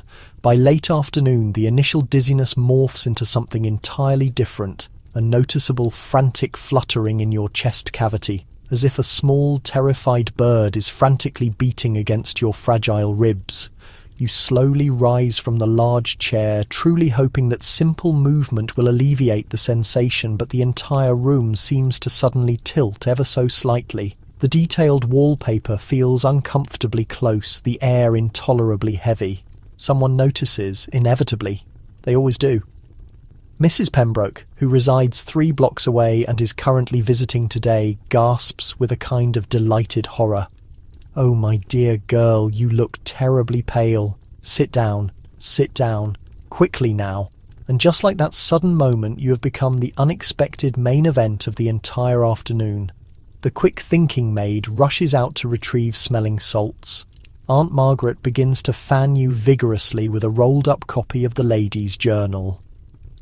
A worried cousin hovers nearby, suggesting cold water.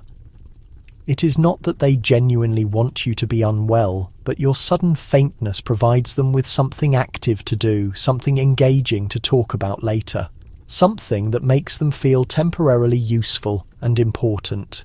You feebly try to insist that you are absolutely fine, that it is merely the oppressive weather or perhaps the sudden excitement of the long day. But they have already made up their minds. You have suffered an episode, a nervous turn, a moment. That impactful word again, moment. In this highly stylized world, a single moment can either utterly ruin you or dramatically rescue you. A moment renders you intriguing, vulnerable, noticeably softened, exactly the kind of woman men feel instantly compelled to protect, and other women feel utterly compelled to endlessly discuss. You breathe in short, shallow gasps as the pungent-smelling salts aggressively burn your delicate nose. The sharp ammonia stings intensely, strong enough to make your eyes water involuntarily. You cough once, then a second time. Everyone immediately relaxes their posture. "There now," says Mrs. Pembroke with the clear tone of someone who has just successfully won a hand of cards.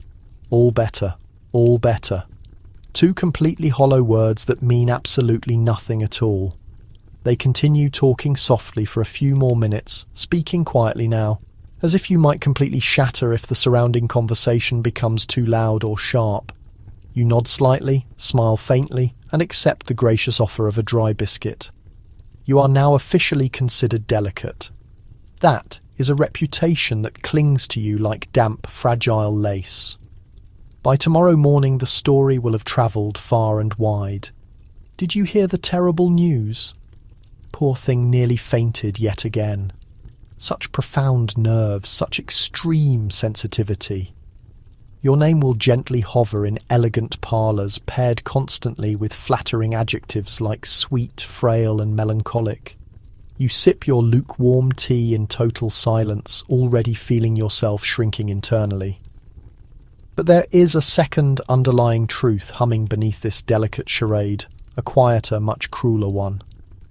Victorian-era doctors have essentially turned women's very real pain into a kind of twisted poetry.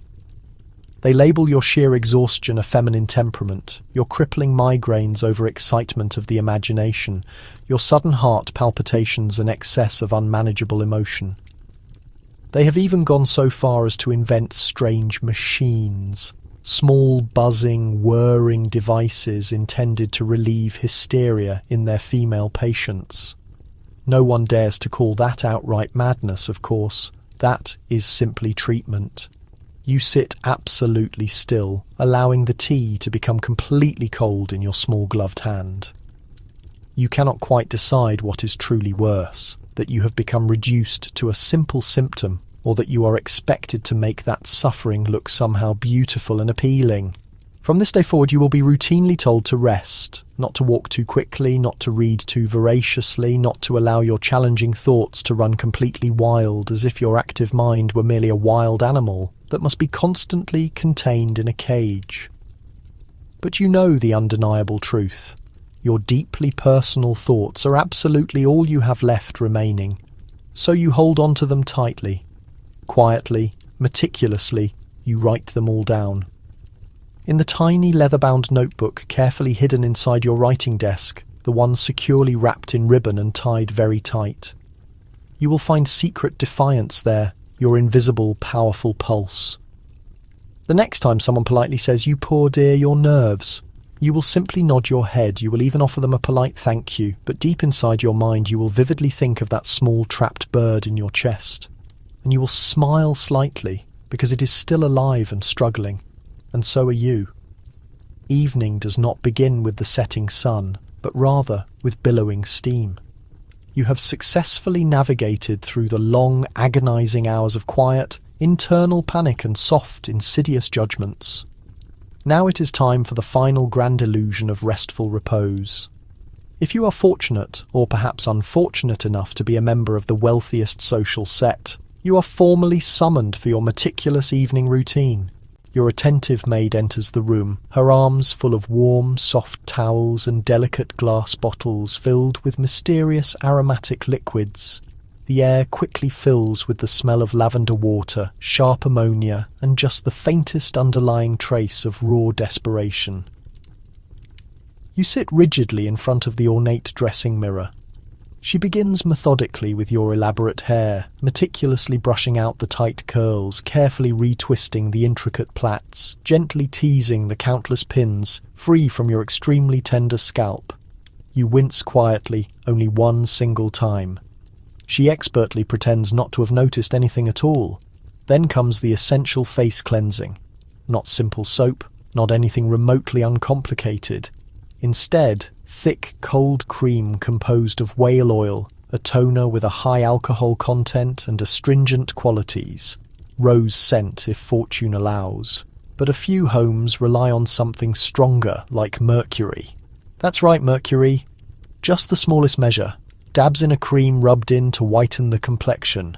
Fair implies innocence. Fair means unblemished. Fair suggests eligibility for marriage. Pay no mind to the fact it erodes the skin's surface. Pay no mind to the painful sensation.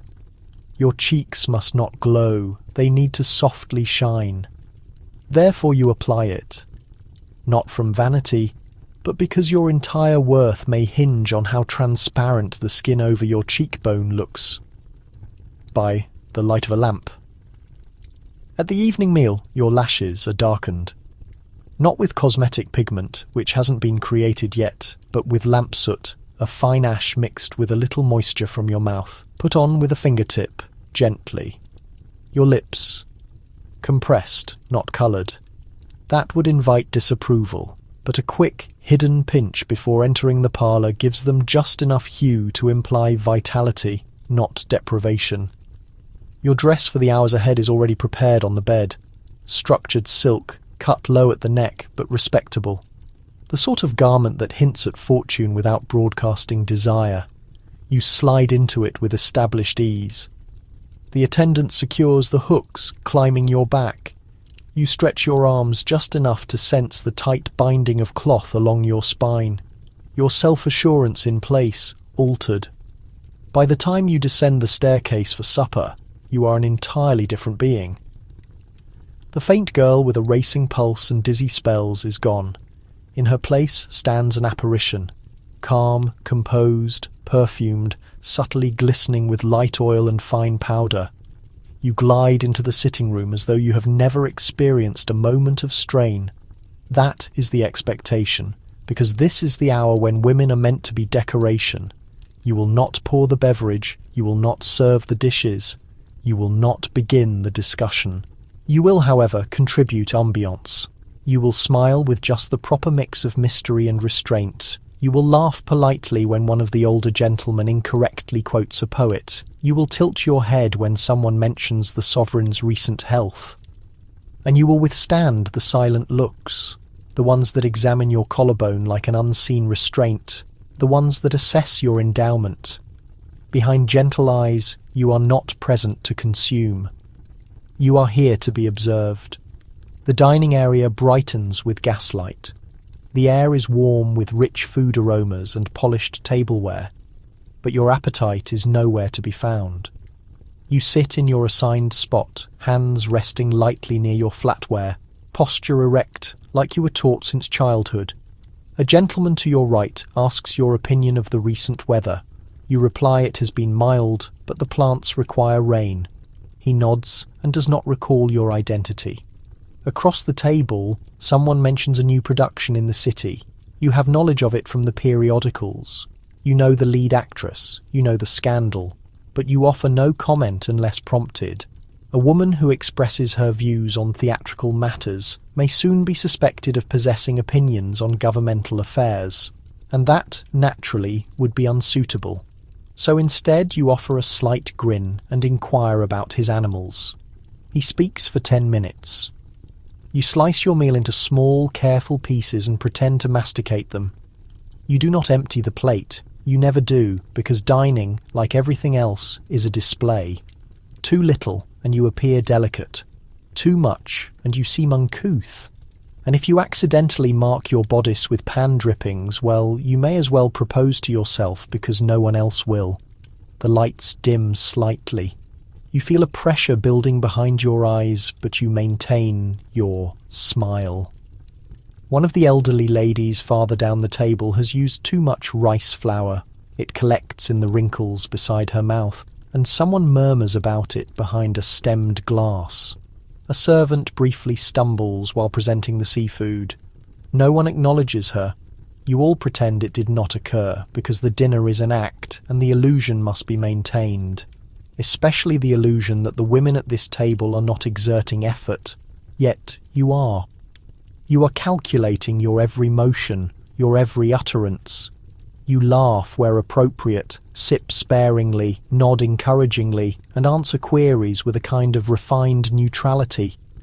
Internally, you are elsewhere entirely. You recall hearing once that some women ingest small amounts of the chemical, not only on the skin, but swallowed to maintain their ghostly appearance, their eyes shining, their girth reduced. They perish slowly, naturally, but elegantly. That appears to be the ultimate aim. Following the sweet dish, a chilled dessert you scarcely taste. You stand when the hostess gives the signal. The ladies withdraw to the parlour. The gentlemen remain for cigars, spirits, and important conversation. You have never been invited to that segment. In the sitting room, you settle once more into your chair. Someone begins to play the large piano. You know the melody intimately. You hum it softly beneath your breath, gently enough to appear charming, but not so confidently as to overshadow the musician. No one applauds. They never do. One woman produces needlework, and another starts a narrative regarding her relative's planned nuptials. You smile and offer the drink. You do not yawn. You do not slump. You do not mention the stiffness in your neck or the cramping in your foot from shoes that are slightly undersized. You are composed. You are engaging. You are completely drained. But when the men re-enter, smelling of smoke and pronouncements, you smile once more. You look upward. You present a quiet, shining version of yourself, the acceptable version, the beautiful exterior, and they nod as if they understand you. They do not. They never do. The subsequent morning arrives with the mild soreness of yesterday's politeness still settled between your temples. The smell of burning coal and starch hangs in the corridor. You move slowly as if wading through heavy fabric. It is another day, another set of requirements, but this one involves a different outfit. Today you are philanthropic. It is scheduled into your week like a fixed ritual. Thursday mornings, visits of charity. Friday afternoons, a needlework group for disadvantaged children. Saturday, perhaps, collecting for the organisations supporting impoverished gentlewomen.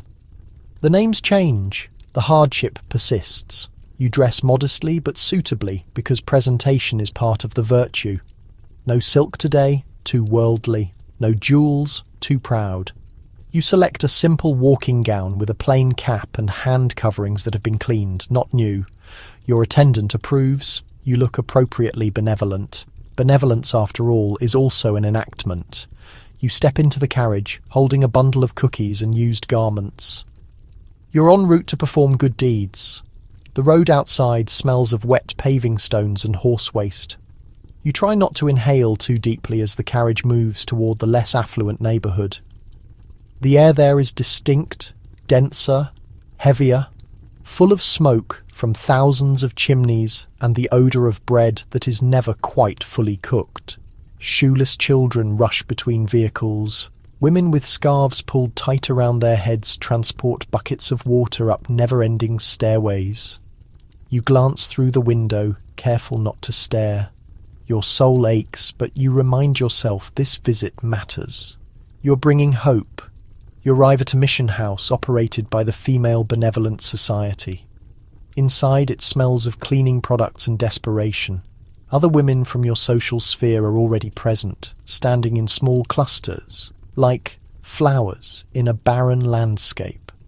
Mrs. Harrow offers you a writing board. If you could assist with the distribution, she suggests. Her tone implies that you might otherwise be unoccupied. You move to the long surface where stacks of clothing await selection. You lift a thin, worn skirt, patch over patch, and fold it carefully. A young mother approaches, her expression strained but dignified. She asks quietly if she might be permitted one for her daughter. You nod, but Mrs. Harrow shakes her head. We must first assess her suitability. The woman blushes, murmurs an apology, and retreats. You feel a knot tighten in your abdomen. You are supposed to feel righteous. Instead, you feel insignificant, but you remain silent. This is how aid functions here, not as compassion, but as control. The needy must show appropriate conduct to earn assistance. They must smile, bow slightly, express gratitude. Their appreciation must be visible, orderly, suitable for a portrait, well, sketch-worthy, since photos are for the wealthy and your purpose is to observe it all, to prove that decency exists, that the arrangement works, that your moral compass is undamaged. You hand a baked loaf to a small girl with dirt on her face. She accepts it wide-eyed and says nothing. You manage the kind of smile that strains your facial muscles. "May God bless you," you murmur softly. But as she runs back to her mother, you catch the look the woman gives you. It is not thankfulness, it is sympathy. You try to dismiss the thought because if you allow yourself to truly feel the disparity, you might find yourself unable to continue smiling at all. So you straighten the stack of garments, retie the strings around the bundles, and convince yourself you have fulfilled your obligation. You have contributed, you have cared, you have helped, haven't you? The day stretches out endlessly in the mission house, the sort of tiring duration that feels like punishment. You hand out baked goods, arrange clothing, offer hushed expressions of concern to women whose names you forget the moment they dip their heads before you.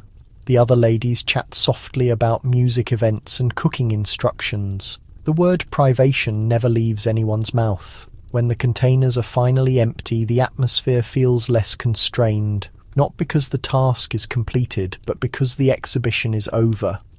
One by one, the women depart, clutching parcels and assurances. A few pause as if to thank you, but most hurry away. They have lives to resume. You have none to return to. Not really. Mrs. Harrow proposes a warm beverage before your departure. You agree. The tea is lukewarm, the biscuits stale. Still. She glows with contentment. It is such a comfort, she sighs, to realize we have accomplished good work.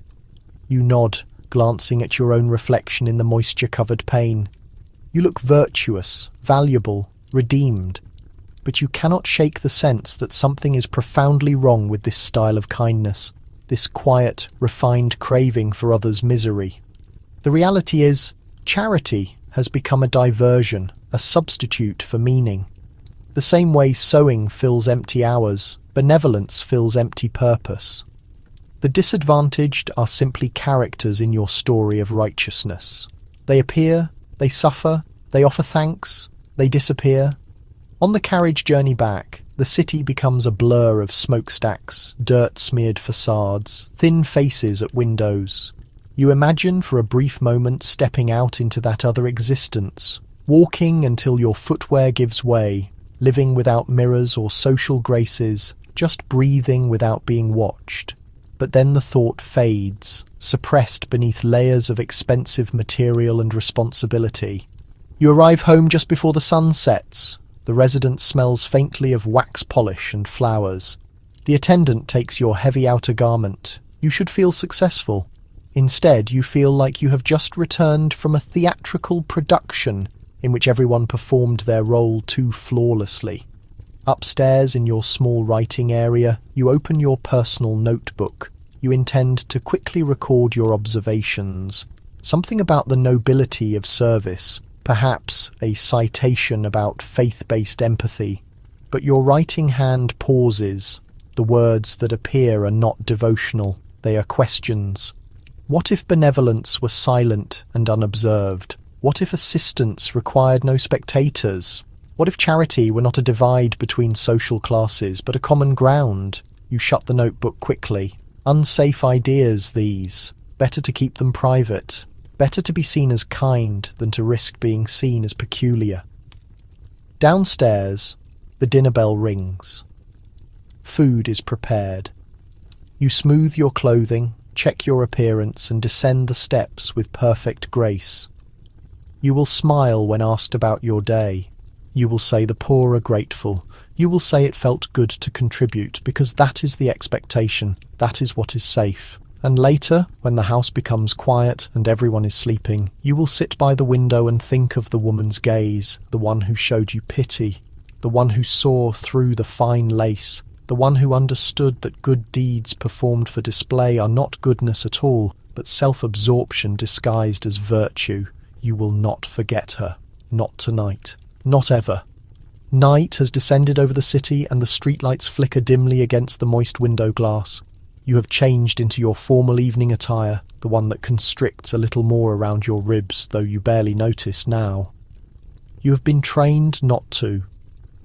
The evening meal was exactly the same as always. Simple food, simple discussion, simple pleasantries. But tonight your husband seemed preoccupied. Not hostile, never hostile, just distant. His attention lingered on the liquor more than on you, his voice softer when addressing the widowed woman across the table. You instruct yourself not to care. That is what every married woman instructs herself in this residence. On this block, in this era. You smile, you assent, you keep your tone steady.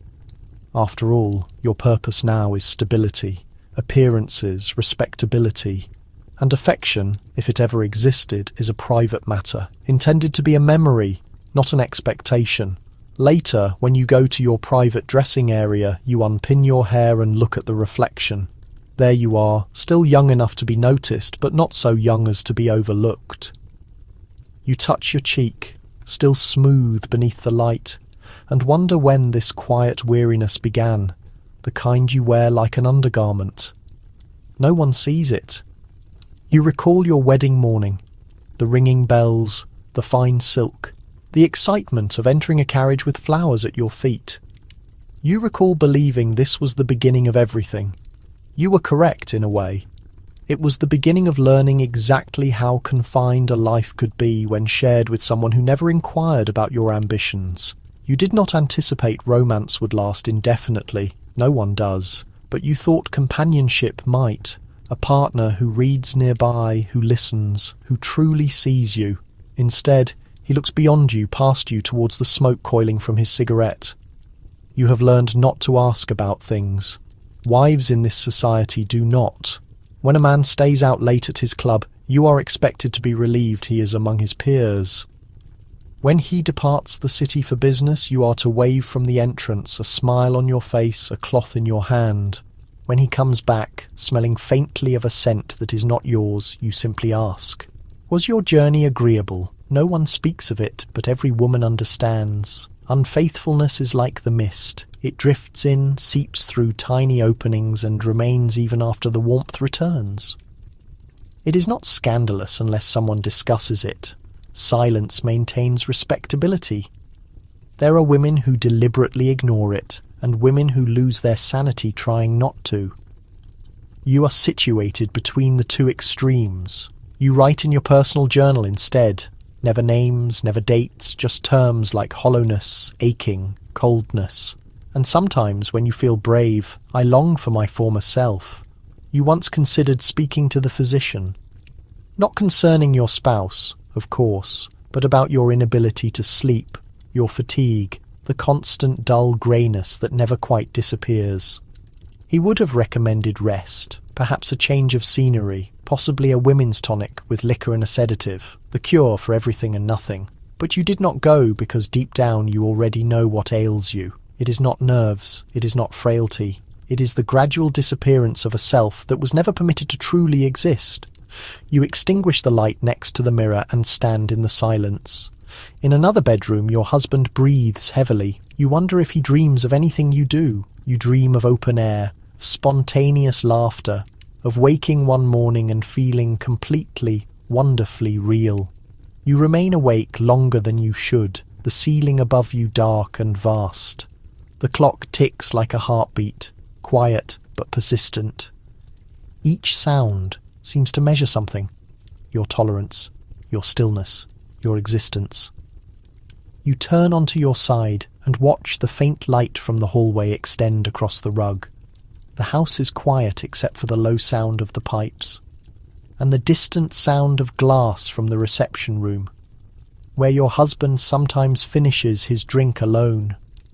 You used to wait for him at first out of fondness, later out of obligation, now out of indifference. When he finally comes up, it is always the same. The soft noise of the door, the odour of tobacco and alcohol, the deliberate avoidance of your eyes. He sits on the edge of the mattress, removes his footwear, says something like, "Exhausting day." You agree with a nod, you murmur. Of course. There is no hostility between you, only courtesy, that most effective form of distance. You used to believe intimacy meant physical connection and warmth and shared humour. But in this setting, intimacy means forbearance. Two individuals breathing the same stale air, maintaining the appearance of accord because the alternative would shock the neighbourhood. Sometimes, after he has fallen asleep, you examine his face by the light of the fading lamp, the lines at the corners of his mouth, the grey strands mixed in his hair. You wonder if he ever looks at you when you are unaware. You suspect not. Your own reflection has become your sole confidant. The mirror listens, at least it does not interrupt, does not dismiss, does not sigh when you speak too long. You get up silently and walk across the room, draping a shawl around your shoulders. The night air is cool. You open the diary, You conceal beneath your sewing supplies and dip your writing tool into the inkwell. The tip shakes slightly as you write. He exchanged smiles with Mrs. Linton tonight. She laughed too loudly. I remained quiet. You hesitate.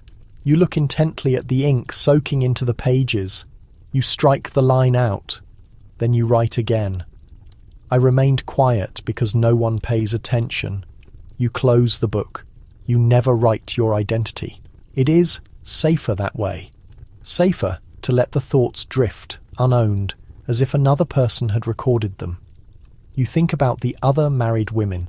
You know how Mrs. Pembroke adds a sedative to her tea, how Miss Carraway claims to be unwell every third week so she can spend a day reading books in secret, how Mrs. Hartley has started volunteering at the local church just to feel productive. None of you are saints, none of you are immoral, you are all women surviving within tight confines, each discovering small, undetectable methods to resist being suffocated. Your defiance is silence, your defense is composure. Your secret is that you are not yet completely defeated. Downstairs, a clock strikes. 12. You blow out the candle and quietly slide back into the bed next to the man who never truly knew you. He stirs, partly asleep, murmurs your name as if recalling a dream. You close your eyes. You almost respond, but instead you let the silence answer for you. It does so gently, without judgment, and for the first time in many hours, you find sleep. Morning returns, the same illumination, the same temperature, the same routine of footsteps in the hallway. But beneath the stillness, something vibrates differently, a restlessness you cannot identify, like a window covering slightly moving. When all the windows are secured, you dress slowly. The attendant laces your corset, her movements swift, her expression blank. You observe her in the mirror and wonder, as you often do, what she thinks when she looks at you. She avoids your gaze. None of them meet your eyes. But she knows things, more than you will ever acknowledge. She has seen the marks on the tablecloths, the tears on your bed coverings, the small tremors in your fingers. Servants always know. They are trained to observe without reaction. Downstairs, the house is already active. The cook loudly uses metalware in the kitchen. Someone is sweeping the corridor. Somewhere, an infant cries. Your neighbour's, not your own. You can tell from the sound. You descend the stairs, gloved and neat, walking cautiously to avoid the subtle squeak of the third step. Your husband is already gone, his walking stick and headwear missing from their hook. The butler nods. He has gone into the town, madam. Of course he has. You enter the room for the morning meal, but the smell of yesterday's smoke and this morning's fried food feels overwhelming. You cannot sit still, so you wander through the sitting room past the paintings into the back hallway. You stop near the entry for the staff. The sound of life is louder here, clanking dishes, quick whispers, the rush of steaming water. You have been instructed never to stay too long beyond this door. It disrupts the established order, but you linger anyway. You hear laughter, not the tense, polite laughter of your reception room. Genuine laughter, full of breath, unrefined, vibrant. For a moment you envy it. Then you hear a different sound, a suppressed cry coming from the washing area beyond. You hesitate, then push the door slightly open. A young kitchen servant, no older than 16, is kneeling on the floor, vigorously scrubbing a metal pot so hard her knuckles are bleeding. She does not look up. You ask softly, "Are you injured?" She leaps, surprised, and conceals her hands behind her work apron. "No, ma. Just clumsy." Her voice shakes. You recognize it, the tone of someone terrified of punishment. You look around. The tiles are slippery with bubbles, the air thick with warmth and vapour. You see her reflection in the water basin, eyes red, shoulders shaking, her top damp with perspiration. You are familiar with this exhaustion. You are familiar with this silence. It is a different manifestation, but the same underlying problem. For an instant you want to say something human, something reassuring, but the words catch in your throat. You are not meant to be here. You are not meant to observe this. So instead you murmur, "Be careful with that cleaning agent. It can damage the skin." She nods quickly, grateful but cautious. You turn and leave. Back in the hall, the quiet feels heavier than before. You realize that beneath all the elegant manners, your entire household runs on unseen suffering, on people who must never be weary, who must never weep, who must never exist outside their defined utility.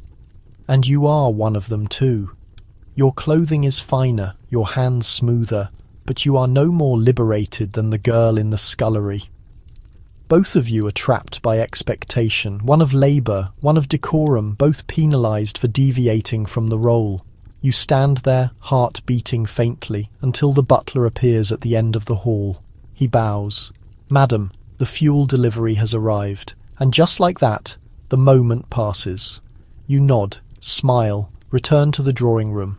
By the time you sit down again, your expression has resumed its practised calm. But your hands, they are shaking slightly. You hide them beneath your gloves.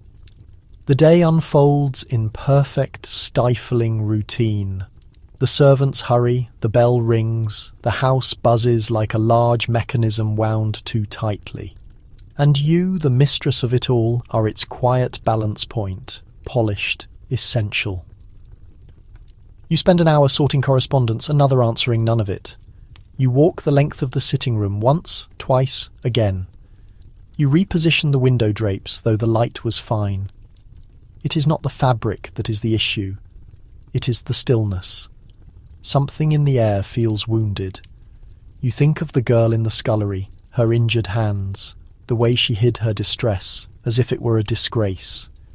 You could almost feel the warmth of that room still clinging to your skin. But what affects you most is not her tiredness. It is your powerlessness.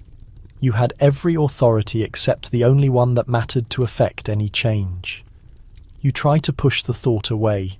Women in your social standing are not meant to focus on the lives of servants. It is unhealthy. Your mother once said, to let sympathy become a diversion, a household must maintain clear boundaries, she instructed you, or it will descend into disorder. But you are starting to suspect the disorder is already present, merely better concealed. This house is a stage. Upstairs you portray the symbol of poise. Downstairs they play the invisible figures who keep it pristine. And every day the separation between your worlds grows thinner. You recall something the cook once muttered when she believed you were out of hearing. We work to make them spotless, and they still perceive flaws. You had not understood it then. You do now. You pour yourself a hot beverage, but your hands tremble just enough to make the cup strike the saucer. A minute's sound, but in this quiet, it is deafening. You take a sip anyway, hoping the heat will steady your nerves. It does not. Across the room, you observe a mark of soot on the wall just next to the hearth. It will annoy you all day. You consider summoning the maid to scrub it. But the thought of her chapped hands against the plaster makes you set the call bell aside. You will do it yourself, you decide. Later, when no one is watching. When did you start concealing kindness like it was forbidden? The answer comes easily. Around the same time, you learned that empathy spoken aloud is social ruin. There are women who never learn this principle. Mrs. Linton, for instance. She once paid for a servant's sick child to consult a medical professional. And the gossiping has never ceased. So overly emotional, they whispered. So imprudent, as if tenderness were contagious. You close your eyes and listen. Somewhere an infant cries again, the same one as before. Somewhere a clock tolls deep and resonant. The sound travels through the house, through your very being. For a moment you imagine you can hear the rhythm of all those hidden hands, cleaning, folding, preparing food, polishing, moving in time with what you believe is the true rhythm of this existence. Not affection, not prayer, not refinement. Unrewarded effort, unseen, unending. And yet you are involved in it. You host it. You rely on it. You wonder if that makes you responsible or merely another component, smoothed and fragrant to disguise the same wearing down. Outside, the carriage wheels rattle over the uneven stones. A dog barks. The The city releases its smoke into the darkening sky. You stand, walk to the window and place your hand against the pane. Down below, an attendant rushes across the courtyard carrying a container too heavy for her build. The weight pulls her body to one side, but she continues moving. You could call out to her, offer to help, ask her name. You do not. Instead, you whisper to the reflection looking back at you. We are both bearing a weight, aren't we? And then, because it is all you can do, you move away from the glass before someone notices. The next morning begins with a message. Folded cream-coloured paper, lightly perfumed with something that used to be costly. It is from Mrs. Winthrop announcing a women's social gathering, the sort of meeting that pretends to be about culture but is truly about influence. You understand this before you even complete the first line. You will attend, of course. You always do. It is not about fellowship, it is about visibility. Absence suggests something is wrong. Presence, even unspoken, maintains your place in the inner circle. The event will take place at her manor on a certain street, a large home known for its immense light fixture and its cold atmosphere. You dress appropriately, something elegant but not excessive, light blue with delicate lace cuffs that imply humility while whispering about expense. The carriage journey there seems longer than usual. The city passes by, a grey patchwork of roofs, smoke, drying laundry, and the occasional black rain shield. It is raining gently, and every street smells slightly of coal and boiled vegetables. When you arrive, the reception room is already full of women. Silk swishes, fans move rapidly. Laughter flows through the air like fragrance. A servant takes your wrap, and you step into the role once more. The subject of the day is the development of the female intellect. You almost laugh. You have seen this performance before. It is a cautious form of opposition, the kind that keeps one foot securely. Inside the sitting room, Mrs. Winthrop herself begins, her voice smooth and deliberate. We ladies, although delicate, are not without ability to influence. Through kindness, manners, and discretion, we might elevate society. The drawing room murmurs with agreement. Everyone assents. They have no choice. But then Mrs. Grafton, with her keen eyes, thin mouth, and perpetual unfashionable air, ventures to suggest, and perhaps in time we might merit the vote as well. The sudden lack of sound could spoil the milk. Mrs. Winthrop's pleasant expression stops moving. Ah, she finally declares, let us not wander into such matters of state. We must remember our innate polish. You lower your head, though your heart beats faster. Not from fear, but from something like understanding. Because polish, that tiresome word, is simply control disguised as virtue. You listen as the talk returns to safer topics. Proper books, polite behaviour, suitable schooling for young ladies. Each phrase feels like a retreat from confrontation. Every time the discussion nears equality, someone crushes it with a lace handkerchief. You take a sip of your tea. You nod when appropriate, but on the inside something is awakening. It is minor, nearly undetectable, like the first scratch on fine china. A thought that does not belong here, a question without permission to be considered. What if elegance is not decency? What if submission is not goodness? What if all this formality, these endless hours of measured conversation and careful dress are not protection but rather a cage? The thought frightens you, not because it is untrue, but because it feels so right. You look across the space. Mrs. Grafton catches your eye. Just for a moment. A flash of mutual recognition passes between you, a quick, silent admission that neither of you believes this performance anymore. And then it is gone. Mrs. Winthrop requests applause. Everyone claps. You join them, but your hands feel chilled. On the trip home in the carriage, the rain has stopped, yet the streets gleam with reflected light. You stare out the window at the damp cobblestones, at the blurred outlines of women hurrying through the light rain, and you think perhaps something is slowly shifting beneath all the bows and the lectures. Maybe it begins with a single question you cannot quite dismiss that night. The question remains with you. It follows you up the staircase into the softly lit refuge of your bedroom, into the mirror as you undo your hair. What if refinement is not moral worth? What if this whole existence, this delicate ritual of appearances and courtesies, has nothing to do with virtue at all and everything to do with dominance? You sit before the vanity, the lamp catching the silver of your comb. Your reflection gazes back, perfect as always, but your face seems unfamiliar, like a person you have been impersonating for years and cannot quite remember how to quit playing. You recall Mrs. Grafton's voice, calm, daring, too forthright for the setting. You remember the way every eye turned to her, as if she had spoken something indecent. You wonder what it cost her to utter that one sentence. You picture her carriage ride home, her husband waiting with his inquiries, her neighbours murmuring about invitations that might not arrive next week, and yet she still said it. You admire her for that. You stand and walk to the writing desk illuminated by a single flickering candle. You open your journal, the same one you have been quietly filling for months, and dip your pen into the ink. This time you do not hesitate. What if we stopped calling subservience elegance? What if silence were not tranquility but punishment? What if moral fibre meant something freer than this? The words emerge faster than expected. They flow out steady, disciplined, but burning slightly. You write no names. You draft no schemes. You write only the truth as you have started to feel it. You pause. The house softly groans. You hear your husband's footsteps somewhere down the hall. You gently blow on the ink until it dries, then close the journal and slide it into the hidden compartment of your sewing box. If anyone discovered it, you would be ruined. A woman with ideas too large for her station is a threat to herself and others.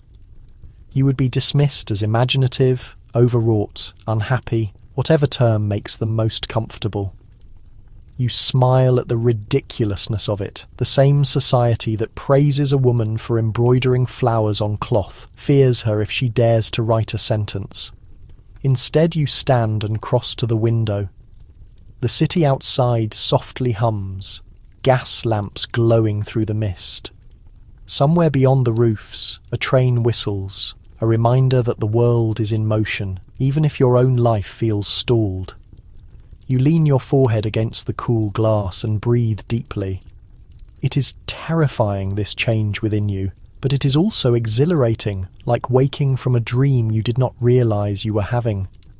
You think of all the other women, Mrs. Grafton with her determined eyes, the governess with her ink-stained fingers, the maid with her worn hands, and wonder if they sense it too, this slow, growing tremor beneath the surface of their days. You whisper softly, perhaps someday. The words fog the glass, then vanish. The clock strikes 10. You extinguish the lamp, slip into bed. Your husband is already sleeping, mouth slightly open, the smell of brandy faintly lingering on him. You pull the covers up to your chin and close your eyes. For the first time in years. Your last thought before sleep is not about decorum, it is about possibility, and that, you understand, is its own quiet revolution. The next morning dawns, pale and subdued, as if the sun itself is uncertain. You wake before the servant's bell, your mind already restless, the echo of last night's thoughts still softly vibrating beneath your ribs. You attempt to follow your routine, dress, wash, compose your features, but every action feels like a mimicry, a faint echo of a life that has begun to drift slightly out of focus. You keep catching yourself stopping, staring, contemplating. The questions you wrote down last night are still waiting, concealed inside your sewing box. You can almost sense them there, beating like a small heart. In the quiet over breakfast, the world appears unchanged. The orange preserves glisten, the silverware shines. The newspaper rests folded beside your husband's cup. But when he clears his throat and starts to read aloud, something about a parliamentary address, you hear it differently this morning. He reads with the confidence of a man who assumes his words hold authority. You sip your tea and let your gaze fall upon the paper, not the words, but the empty spaces between them, the blankness that holds all the unsaid things. You suddenly imagine what it would be like if women's names filled those spaces, not as partners or donors or nameless contributors, but as voices, clear, complex, actual. You almost smile at yourself. The thought feels dangerous, even here, across the table, from a man who would not call it danger at all, only foolishness. He folds the paper, takes another sip, and remarks casually, "Mrs. Winthrop's address was well received yesterday, I hear. A reasonable woman, that one." You almost gasp, on your tea. Reasonable. The word hits like a weight. He means it kindly, of course. Reasonable is the highest compliment for a woman in your world. It means secure, predictable, contained. A woman who will never create a disturbance. You softly agree, though your soul protests, because you have started to see what happens to reasonable women. They disappear into their good conduct. They shrink until they fit perfectly into the mold society constructed for them, and then they vanish behind it entirely. You glance toward the window where the fog has thickened into a grey veil. Somewhere out there, the factory whistles are sounding. Somewhere, girls your age are walking to their jobs, scarves wrapped tightly, breath rising in white clouds. They are not free, not truly, but they are visible. They exist in the world's clamour, not its quiet. You envy them. After your husband departs for his club, you walk through the house. The floors creak beneath your slippers. The portraits on the walls seem to observe you, their painted faces frozen in centuries of propriety. You pause before one of your grandmother, painted before her wedding. She looks fierce, almost challenging, chin raised, eyes bright. You were always told she was headstrong, it was said with disapproval, but you perceive it differently now. You think perhaps she was not subdued so much as concealed, and that understanding ignites something small and risky inside you. You go to the piano and lift the cover. Your fingers pause above the keys. You have not played in weeks, not seriously. Music has always seemed like a self-indulgence, but now it feels vital. You press one key, then another. Slowly, sound fills the air. A minor tune, soft and shaky but alive. The maid passes the doorway, pauses for a moment to listen, then continues on her way. You keep playing. You do not care if the sound echoes through the house. You do not care if someone hears. You are not performing. Not today. For the first time, you are playing for yourself. The melody swells, clumsy at first, your fingers stiff, unsure. But soon something releases. The music begins to flow out of you, trembling and real, rolling through the living room in waves. It is awkward, flawed, human, but it is yours. For a moment you forget where you are. You forget the walls, the rules, the pressure of the corset against your ribs. There is only rhythm, breath, sound. You feel your heart keeping time wild and unrestrained, as if it has been waiting years to be noticed. You close your eyes and lose yourself in it. But then footsteps. The music stops mid-phrase. The silence returns, sharp and immediate. Your fingers freeze above the keys. It is your husband. He stands in the doorway, hat still in hand, his expression unreadable. "I thought you did not play in the mornings," he says lightly, though his tone carries an edge you recognize instantly. "I felt inclined to," you answer softly. He glances toward the window, as though the sound must have bothered the neighbours. "It is rather loud," he says after a pause. "You will disturb the household." You want to laugh, to tell him the house has been awake for years, wrapping itself around both of you, formal and suffocating and full of ghosts. But you simply lower your gaze and nod. Of course. He smiles, faintly, satisfied. "You know I prefer you when you are quiet. You have such a composed nature." The words sting in the way only compliments can when they are intended to keep you contained. He leaves the room soon after, and you remain seated there, hands still posed above the keys, the echo of the music fading. The silence feels heavier now, as though the walls have moved closer. You press one key softly, then another. No melody this time, just defiance disguised as sound. After he is gone, You resume playing again, but quietly, so quietly that only you can hear. A private conversation between you and the instrument, between you and the self you nearly lost. When you finally stop, your fingers ache, but your chest feels different, lighter, freer, as though something deep inside has awakened and stretched. You rise from the piano bench and glance at your reflection in the window. The grey sky behind you looks almost silvery now, the faintest hint of light breaking through. You realise suddenly that liberation does not have to arrive like thunder. It can start as something smaller, a note, a word, an idea. You refuse to be silenced. That evening, when the lamps are lit and the world returns to its neat rituals, you open your sewing box and retrieve your journal. Again, you turn to a fresh page. No shaking this time. The pen feels firm in your hand. If I cannot speak loudly, I will write quietly. You begin. If I cannot depart, I will construct an escape in words. You pause. Then, intentionally, you write your own name beneath it. For once, you do not conceal.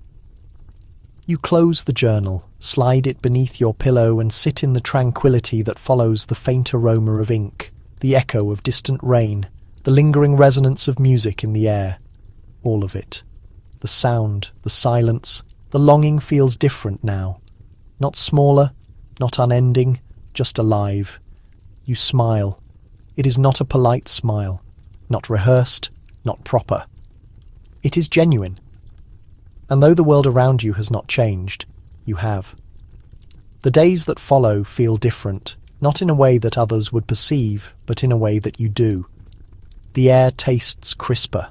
The quiet feels thinner, like cloth stretched just before it tears. You proceed with your routines as expected.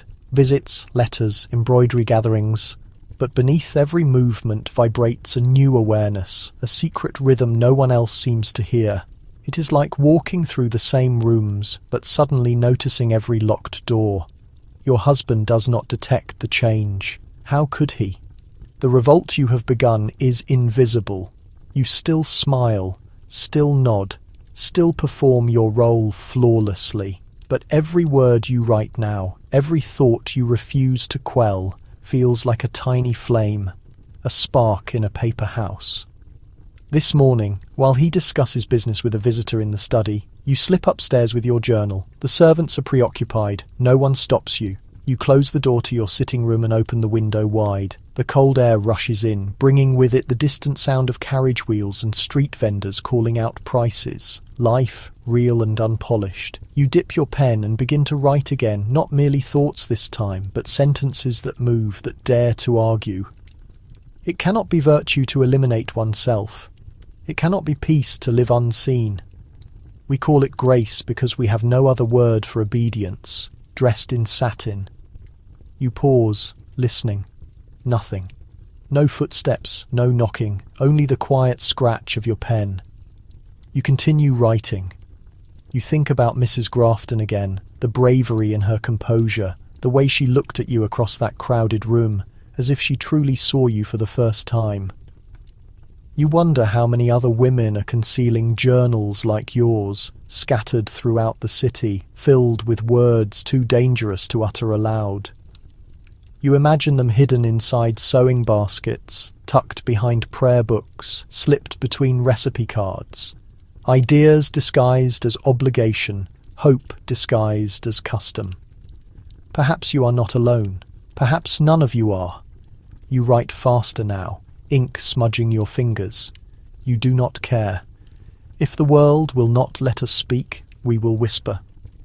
If it prohibits our presence, we will linger in the margins. And one day they will discover our words and realize we were here all along. You close the journal and press your palm against the cover, feeling the faint warmth of your own pulse through it. You almost laugh at the boldness of what you have done. Nothing more than a few pages of ink, yet it feels like the first true thing you have ever created. Downstairs, the bell rings for luncheon. You rise, smooth your garments and look around the room to ensure nothing seems out of place. To anyone else, everything appears the same. A neat space, a polished desk, a respectable wife. But you know the truth now. You have constructed something they cannot see, an unseen life within the visible one. As you walk down the stairs, the maid greets you with a quiet nod. You catch her eye for a moment, longer than usual. She looks startled, then smiles back, a genuine smile, the kind you have not shared with anyone in months. For a brief second you feel it, that connection you once imagined between the worlds above and below the stairs. Two women, different limitations, one understanding. At the table, your husband glances up from the newspaper. "You are cheerful today," he says, slightly surprised. "I suppose I am," you reply, taking your seat. He does not ask why. He never would. But for once you are glad. You want this secret untouched, a small glowing ember concealed under layers of silk and manners. It is not freedom yet, but it is the beginning of it. That night, when the house finally settles into its usual quiet, you sit by the faint glow of a single candle, journal in your lap, heartbeat steady but vibrant. You are not hiding now, you are composing. You've begun to imagine what these words could become if they ever left this room. Maybe not a book, maybe not even a letter. Perhaps just a whisper that reaches another woman's ear, something that says, "You are not crazy. You are not alone." It is the world that is too confined. You trace the edge of the page, fingertips faintly smudged with ink. There is power in this mark, you think, a sign of your own making, unapproved and uncorrected. Outside, a carriage rattles past, wheels slick against the cobblestones. Somewhere in the distance, church bells chime the hour. You think of all the women hearing the same bells, marking the same hours, wondering when, if ever, their lives will start belonging to them. The thought anchors you. You turn the page and begin again. They tell us that our role is to safeguard the peace of men. But peace built on silence is not peace. It is a prison. They tell us to be thankful, refined, good. But goodness without liberty is obedience wearing a bow. The words feel hazardous, like stolen flame. You do not stop. You continue until the candle burns low and your fingers ache. The room smells faintly of wax and defiance. Then you hear it. Footsteps in the hallway, your husband's, heavy and measured. You snap the journal shut and slide it beneath a folded shawl. Just as the door opens, he appears, already in his dressing gown, brows raised, still awake. You smile faintly. Couldn't sleep. He chuckles, the sound soft but condescending. "Too much thinking will ruin your rest, you know that, my dear." "I know," you reply, your voice smooth as the surface of your tea. He kisses the top of your head, lightly, absently, and leaves again. The door closes, the air shifts. You wait a full minute before exhaling. You retrieve the journal, heart still pounding, and tuck it deeper into its hiding spot. You will keep writing tomorrow and the day after. You do not know what it will accomplish, or if anyone will ever read it. But it does not matter. You have begun. In the mirror across the room, you catch your reflection, the faint gleam of candlelight flickering over your face. You look neither delicate nor fearful now. You look awake. It is startling, that realization, to see yourself as something more than ornament, more than a role. You whisper softly into the quiet, "They will never know me." It is not sadness this time. It is challenge, because now you do. Tomorrow you will still smile at the breakfast table. You will still pour tea, still nod, still listen. But every gesture will carry a hidden weight, a private past, a reminder that while they believe you obedient, you are busy constructing something no one can erase. The world outside may never read your words, but one day someone will find them in a trunk or a drawer or beneath a loose floorboard and realize that even within the strictest confines, women were thinking, dreaming, writing, and maybe when that day comes, they will understand. History was not made only by those who spoke loudly, it was kept alive by those who whispered. You blow out the candle. The smoke curls upward, faint and aromatic in the darkness. The quiet feels complete, not empty. You close your eyes. You are no longer just surviving. You are becoming. The days pass in their normal rhythm. Visits, correspondence, polite chatter. But something inside you vibrates differently now. The old silence no longer feels like security. It feels like slumber, and you have begun very quietly to awaken. It starts with small actions. You begin to speak a little more clearly. At luncheons, when someone observes that women are too emotional for politics, you let your smile falter just enough to cause discomfort. You stop apologising when you take the last scone. You stop lowering your gaze when men speak over you. They notice not all at once, but slowly, like birds startled from a field. Mrs. Winthrop comments that you seem energetic lately, her voice sharp beneath the sweetness. Another lady calls you independent, which sounds like both a compliment and a warning. You pretend not to hear either, but inside you feel something fierce blossom, a spark of satisfaction. You have started writing every day now, not only at night, but sometimes in the mornings, before the house stirs. You write in code, little fragments disguised as print prayers or grocery lists, phrases that mean nothing to anyone else. 3 apples for the market really means 3 ideas that frighten me, but must be recorded. Your words are spreading across the pages faster than you can contain them.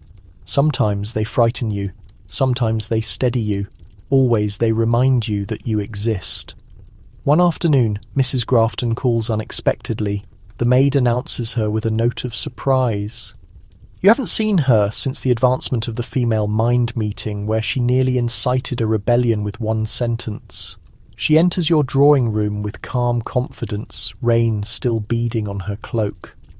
You offer tea, but she gently refuses. "I did not come for tea," she says softly. Her eyes briefly check the writing desk, then return to you. "Do you still think about that day?" You nod. She smiles faintly. "So do I. I thought I was the only one." The two of you speak carefully at first, circling around the forbidden topic, but soon the air fills with sincerity. You discuss reading, about solitude, about the way women's lives are curated like museum displays. You talk about the longing for something you cannot quite articulate. It feels risky, this conversation, like walking along the edge of a precipice, but also thrilling. Mrs. Grafton leans closer, her voice dropping. "I have been gathering with a few women quietly to discuss education reform, writing workshops. Nothing radical, of course." Her eyes sparkle with irony. "You both know that in this world, a woman reading the wrong book is radical enough." You hesitate. The words yes and no fight in your throat. Finally you ask, "Do you think it is safe?" She smiles, just barely. "No. But that is not the same as impossible." The sentence hangs between you like a lamp. When she leaves an hour later, your pulse is still quick. You stand by the door long after her carriage has departed, fingers pressed to the wood as if trying to hold on to the moment. Safe and impossible. You whisper the words to yourself again. They sound like a decision. That evening, you take out your journal and write a new line, different from all the others. Not observation, not reflection, but commitment. "I will not spend my life waiting to be given permission." You underline it once, then close the book. You have no idea what you will do next, but for the first time, that uncertainty feels like liberation, not fear. The next morning arrives soft and grey. A low fog curls along the street, muffling sound and softening the edges of everything. You sit by the window in your robe, tea cooling beside you, journal open. The ink gleams wetly in the early light. You read over what you wrote last night. "I will not spend my life waiting to be given permission." The words look both fragile and certain, like a bridge made of glass. But as you trace them with your fingertip, you feel something steady form beneath the fear, resolve. You do not need to make speeches or force open doors to change things. You can start small, the way every real revolution begins, in murmurs. When your husband appears in the doorway, you close the journal calmly. He asks if you are coming to breakfast. You nod. He does not notice the ink stain on your hand. At the table, he talks about finance and rail systems. You listen politely, but your mind is elsewhere. When he asks if you will be home this afternoon, you answer honestly, no. He looks up, surprised. No. I am visiting Mrs. Grafton, you say, your tone mild but firm. She is starting a reading circle. He frowns slightly, as if the idea does not fit into his world's order. For what purpose? To read, you say, simply meeting his eyes. And to think. The silence that follows feels like a test, but you do not fill it. You have learned that silence can be a weapon too. After a moment, he shrugs. Well, as long as it is reputable. You smile a small private smile and finish your tea. Reputable. How generous that word sounds when spoken by someone who never has to earn it. Later, as the carriage rattles toward Mrs. Grafton's house, the city feels almost vibrant again. The rain has ceased. Market women call out prices from beneath striped awnings. A boy runs past with a bundle of papers, ink fresh on his fingers. You wonder if your words could ever travel like that, beyond walls, beyond whispers. When you arrive, there are only 4 women gathered around the fire. They greet you cautiously, with a kind of warmth that conceals its flame until it is sure it is safe to burn.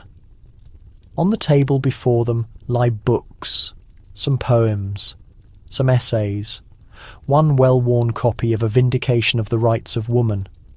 You pick it up. The cover is soft from handling, the margins filled with pencil marks. You glance up. You have all read this. Mrs. Grafton nods.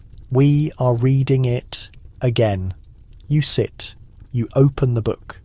The pages softly rustle as you turn them. As you begin to read aloud, something inside you relaxes for the first time. Your voice sounds like it belongs in the room.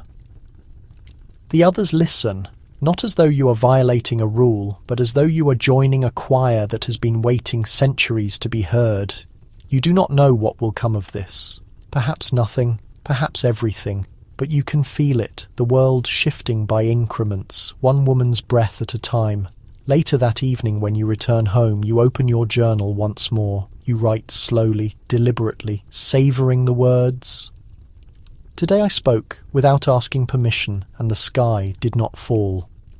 You close the book and slip it beneath your pillow again. The air smells faintly of rain and ink. You lie back and listen to the city breathing beyond your window. The carriages, the bells, the soft murmur of a world that has no idea what is coming. And you smile because you do. The house is dark now, the city too. All the noise and routine of the day has folded itself into a gentle, breathing silence. You rest there, the trace of ink still on your fingertips, the whisper of words still humming somewhere beneath your heart. Outside, a lamp flickers in the mist. Inside, the clock ticks on, but softly now, less a demand, more a soothing song. You think of the women you have encountered, the governess with ink-stained hands, the maid with calloused fingers, Mrs. Grafton's steady gaze. You think of every quiet revolt that filled a diary, every prohibited sentence that refused to die, every act of grace that was really courage in disguise, and you know now that you belong to them, not by family ties, but by perseverance, by the quiet, steady pulse of thought that no corset, no etiquette, no era could completely silence. You let the stillness settle over you, heavy but comforting, the kind of quiet that feels earned. The night deepens. The rain begins again, soft against the glass. You imagine the ink in your journal drying completely, your words safe and waiting. Someday, perhaps, someone will find them. Maybe a daughter or a stranger or a woman, centuries from now, who recognizes herself in your voice. You hope she does. You close your eyes. The room fades. The world softens. and all that remains is the rhythm of breath, the pulse of potential. The narrative is not finished, but for now it can rest.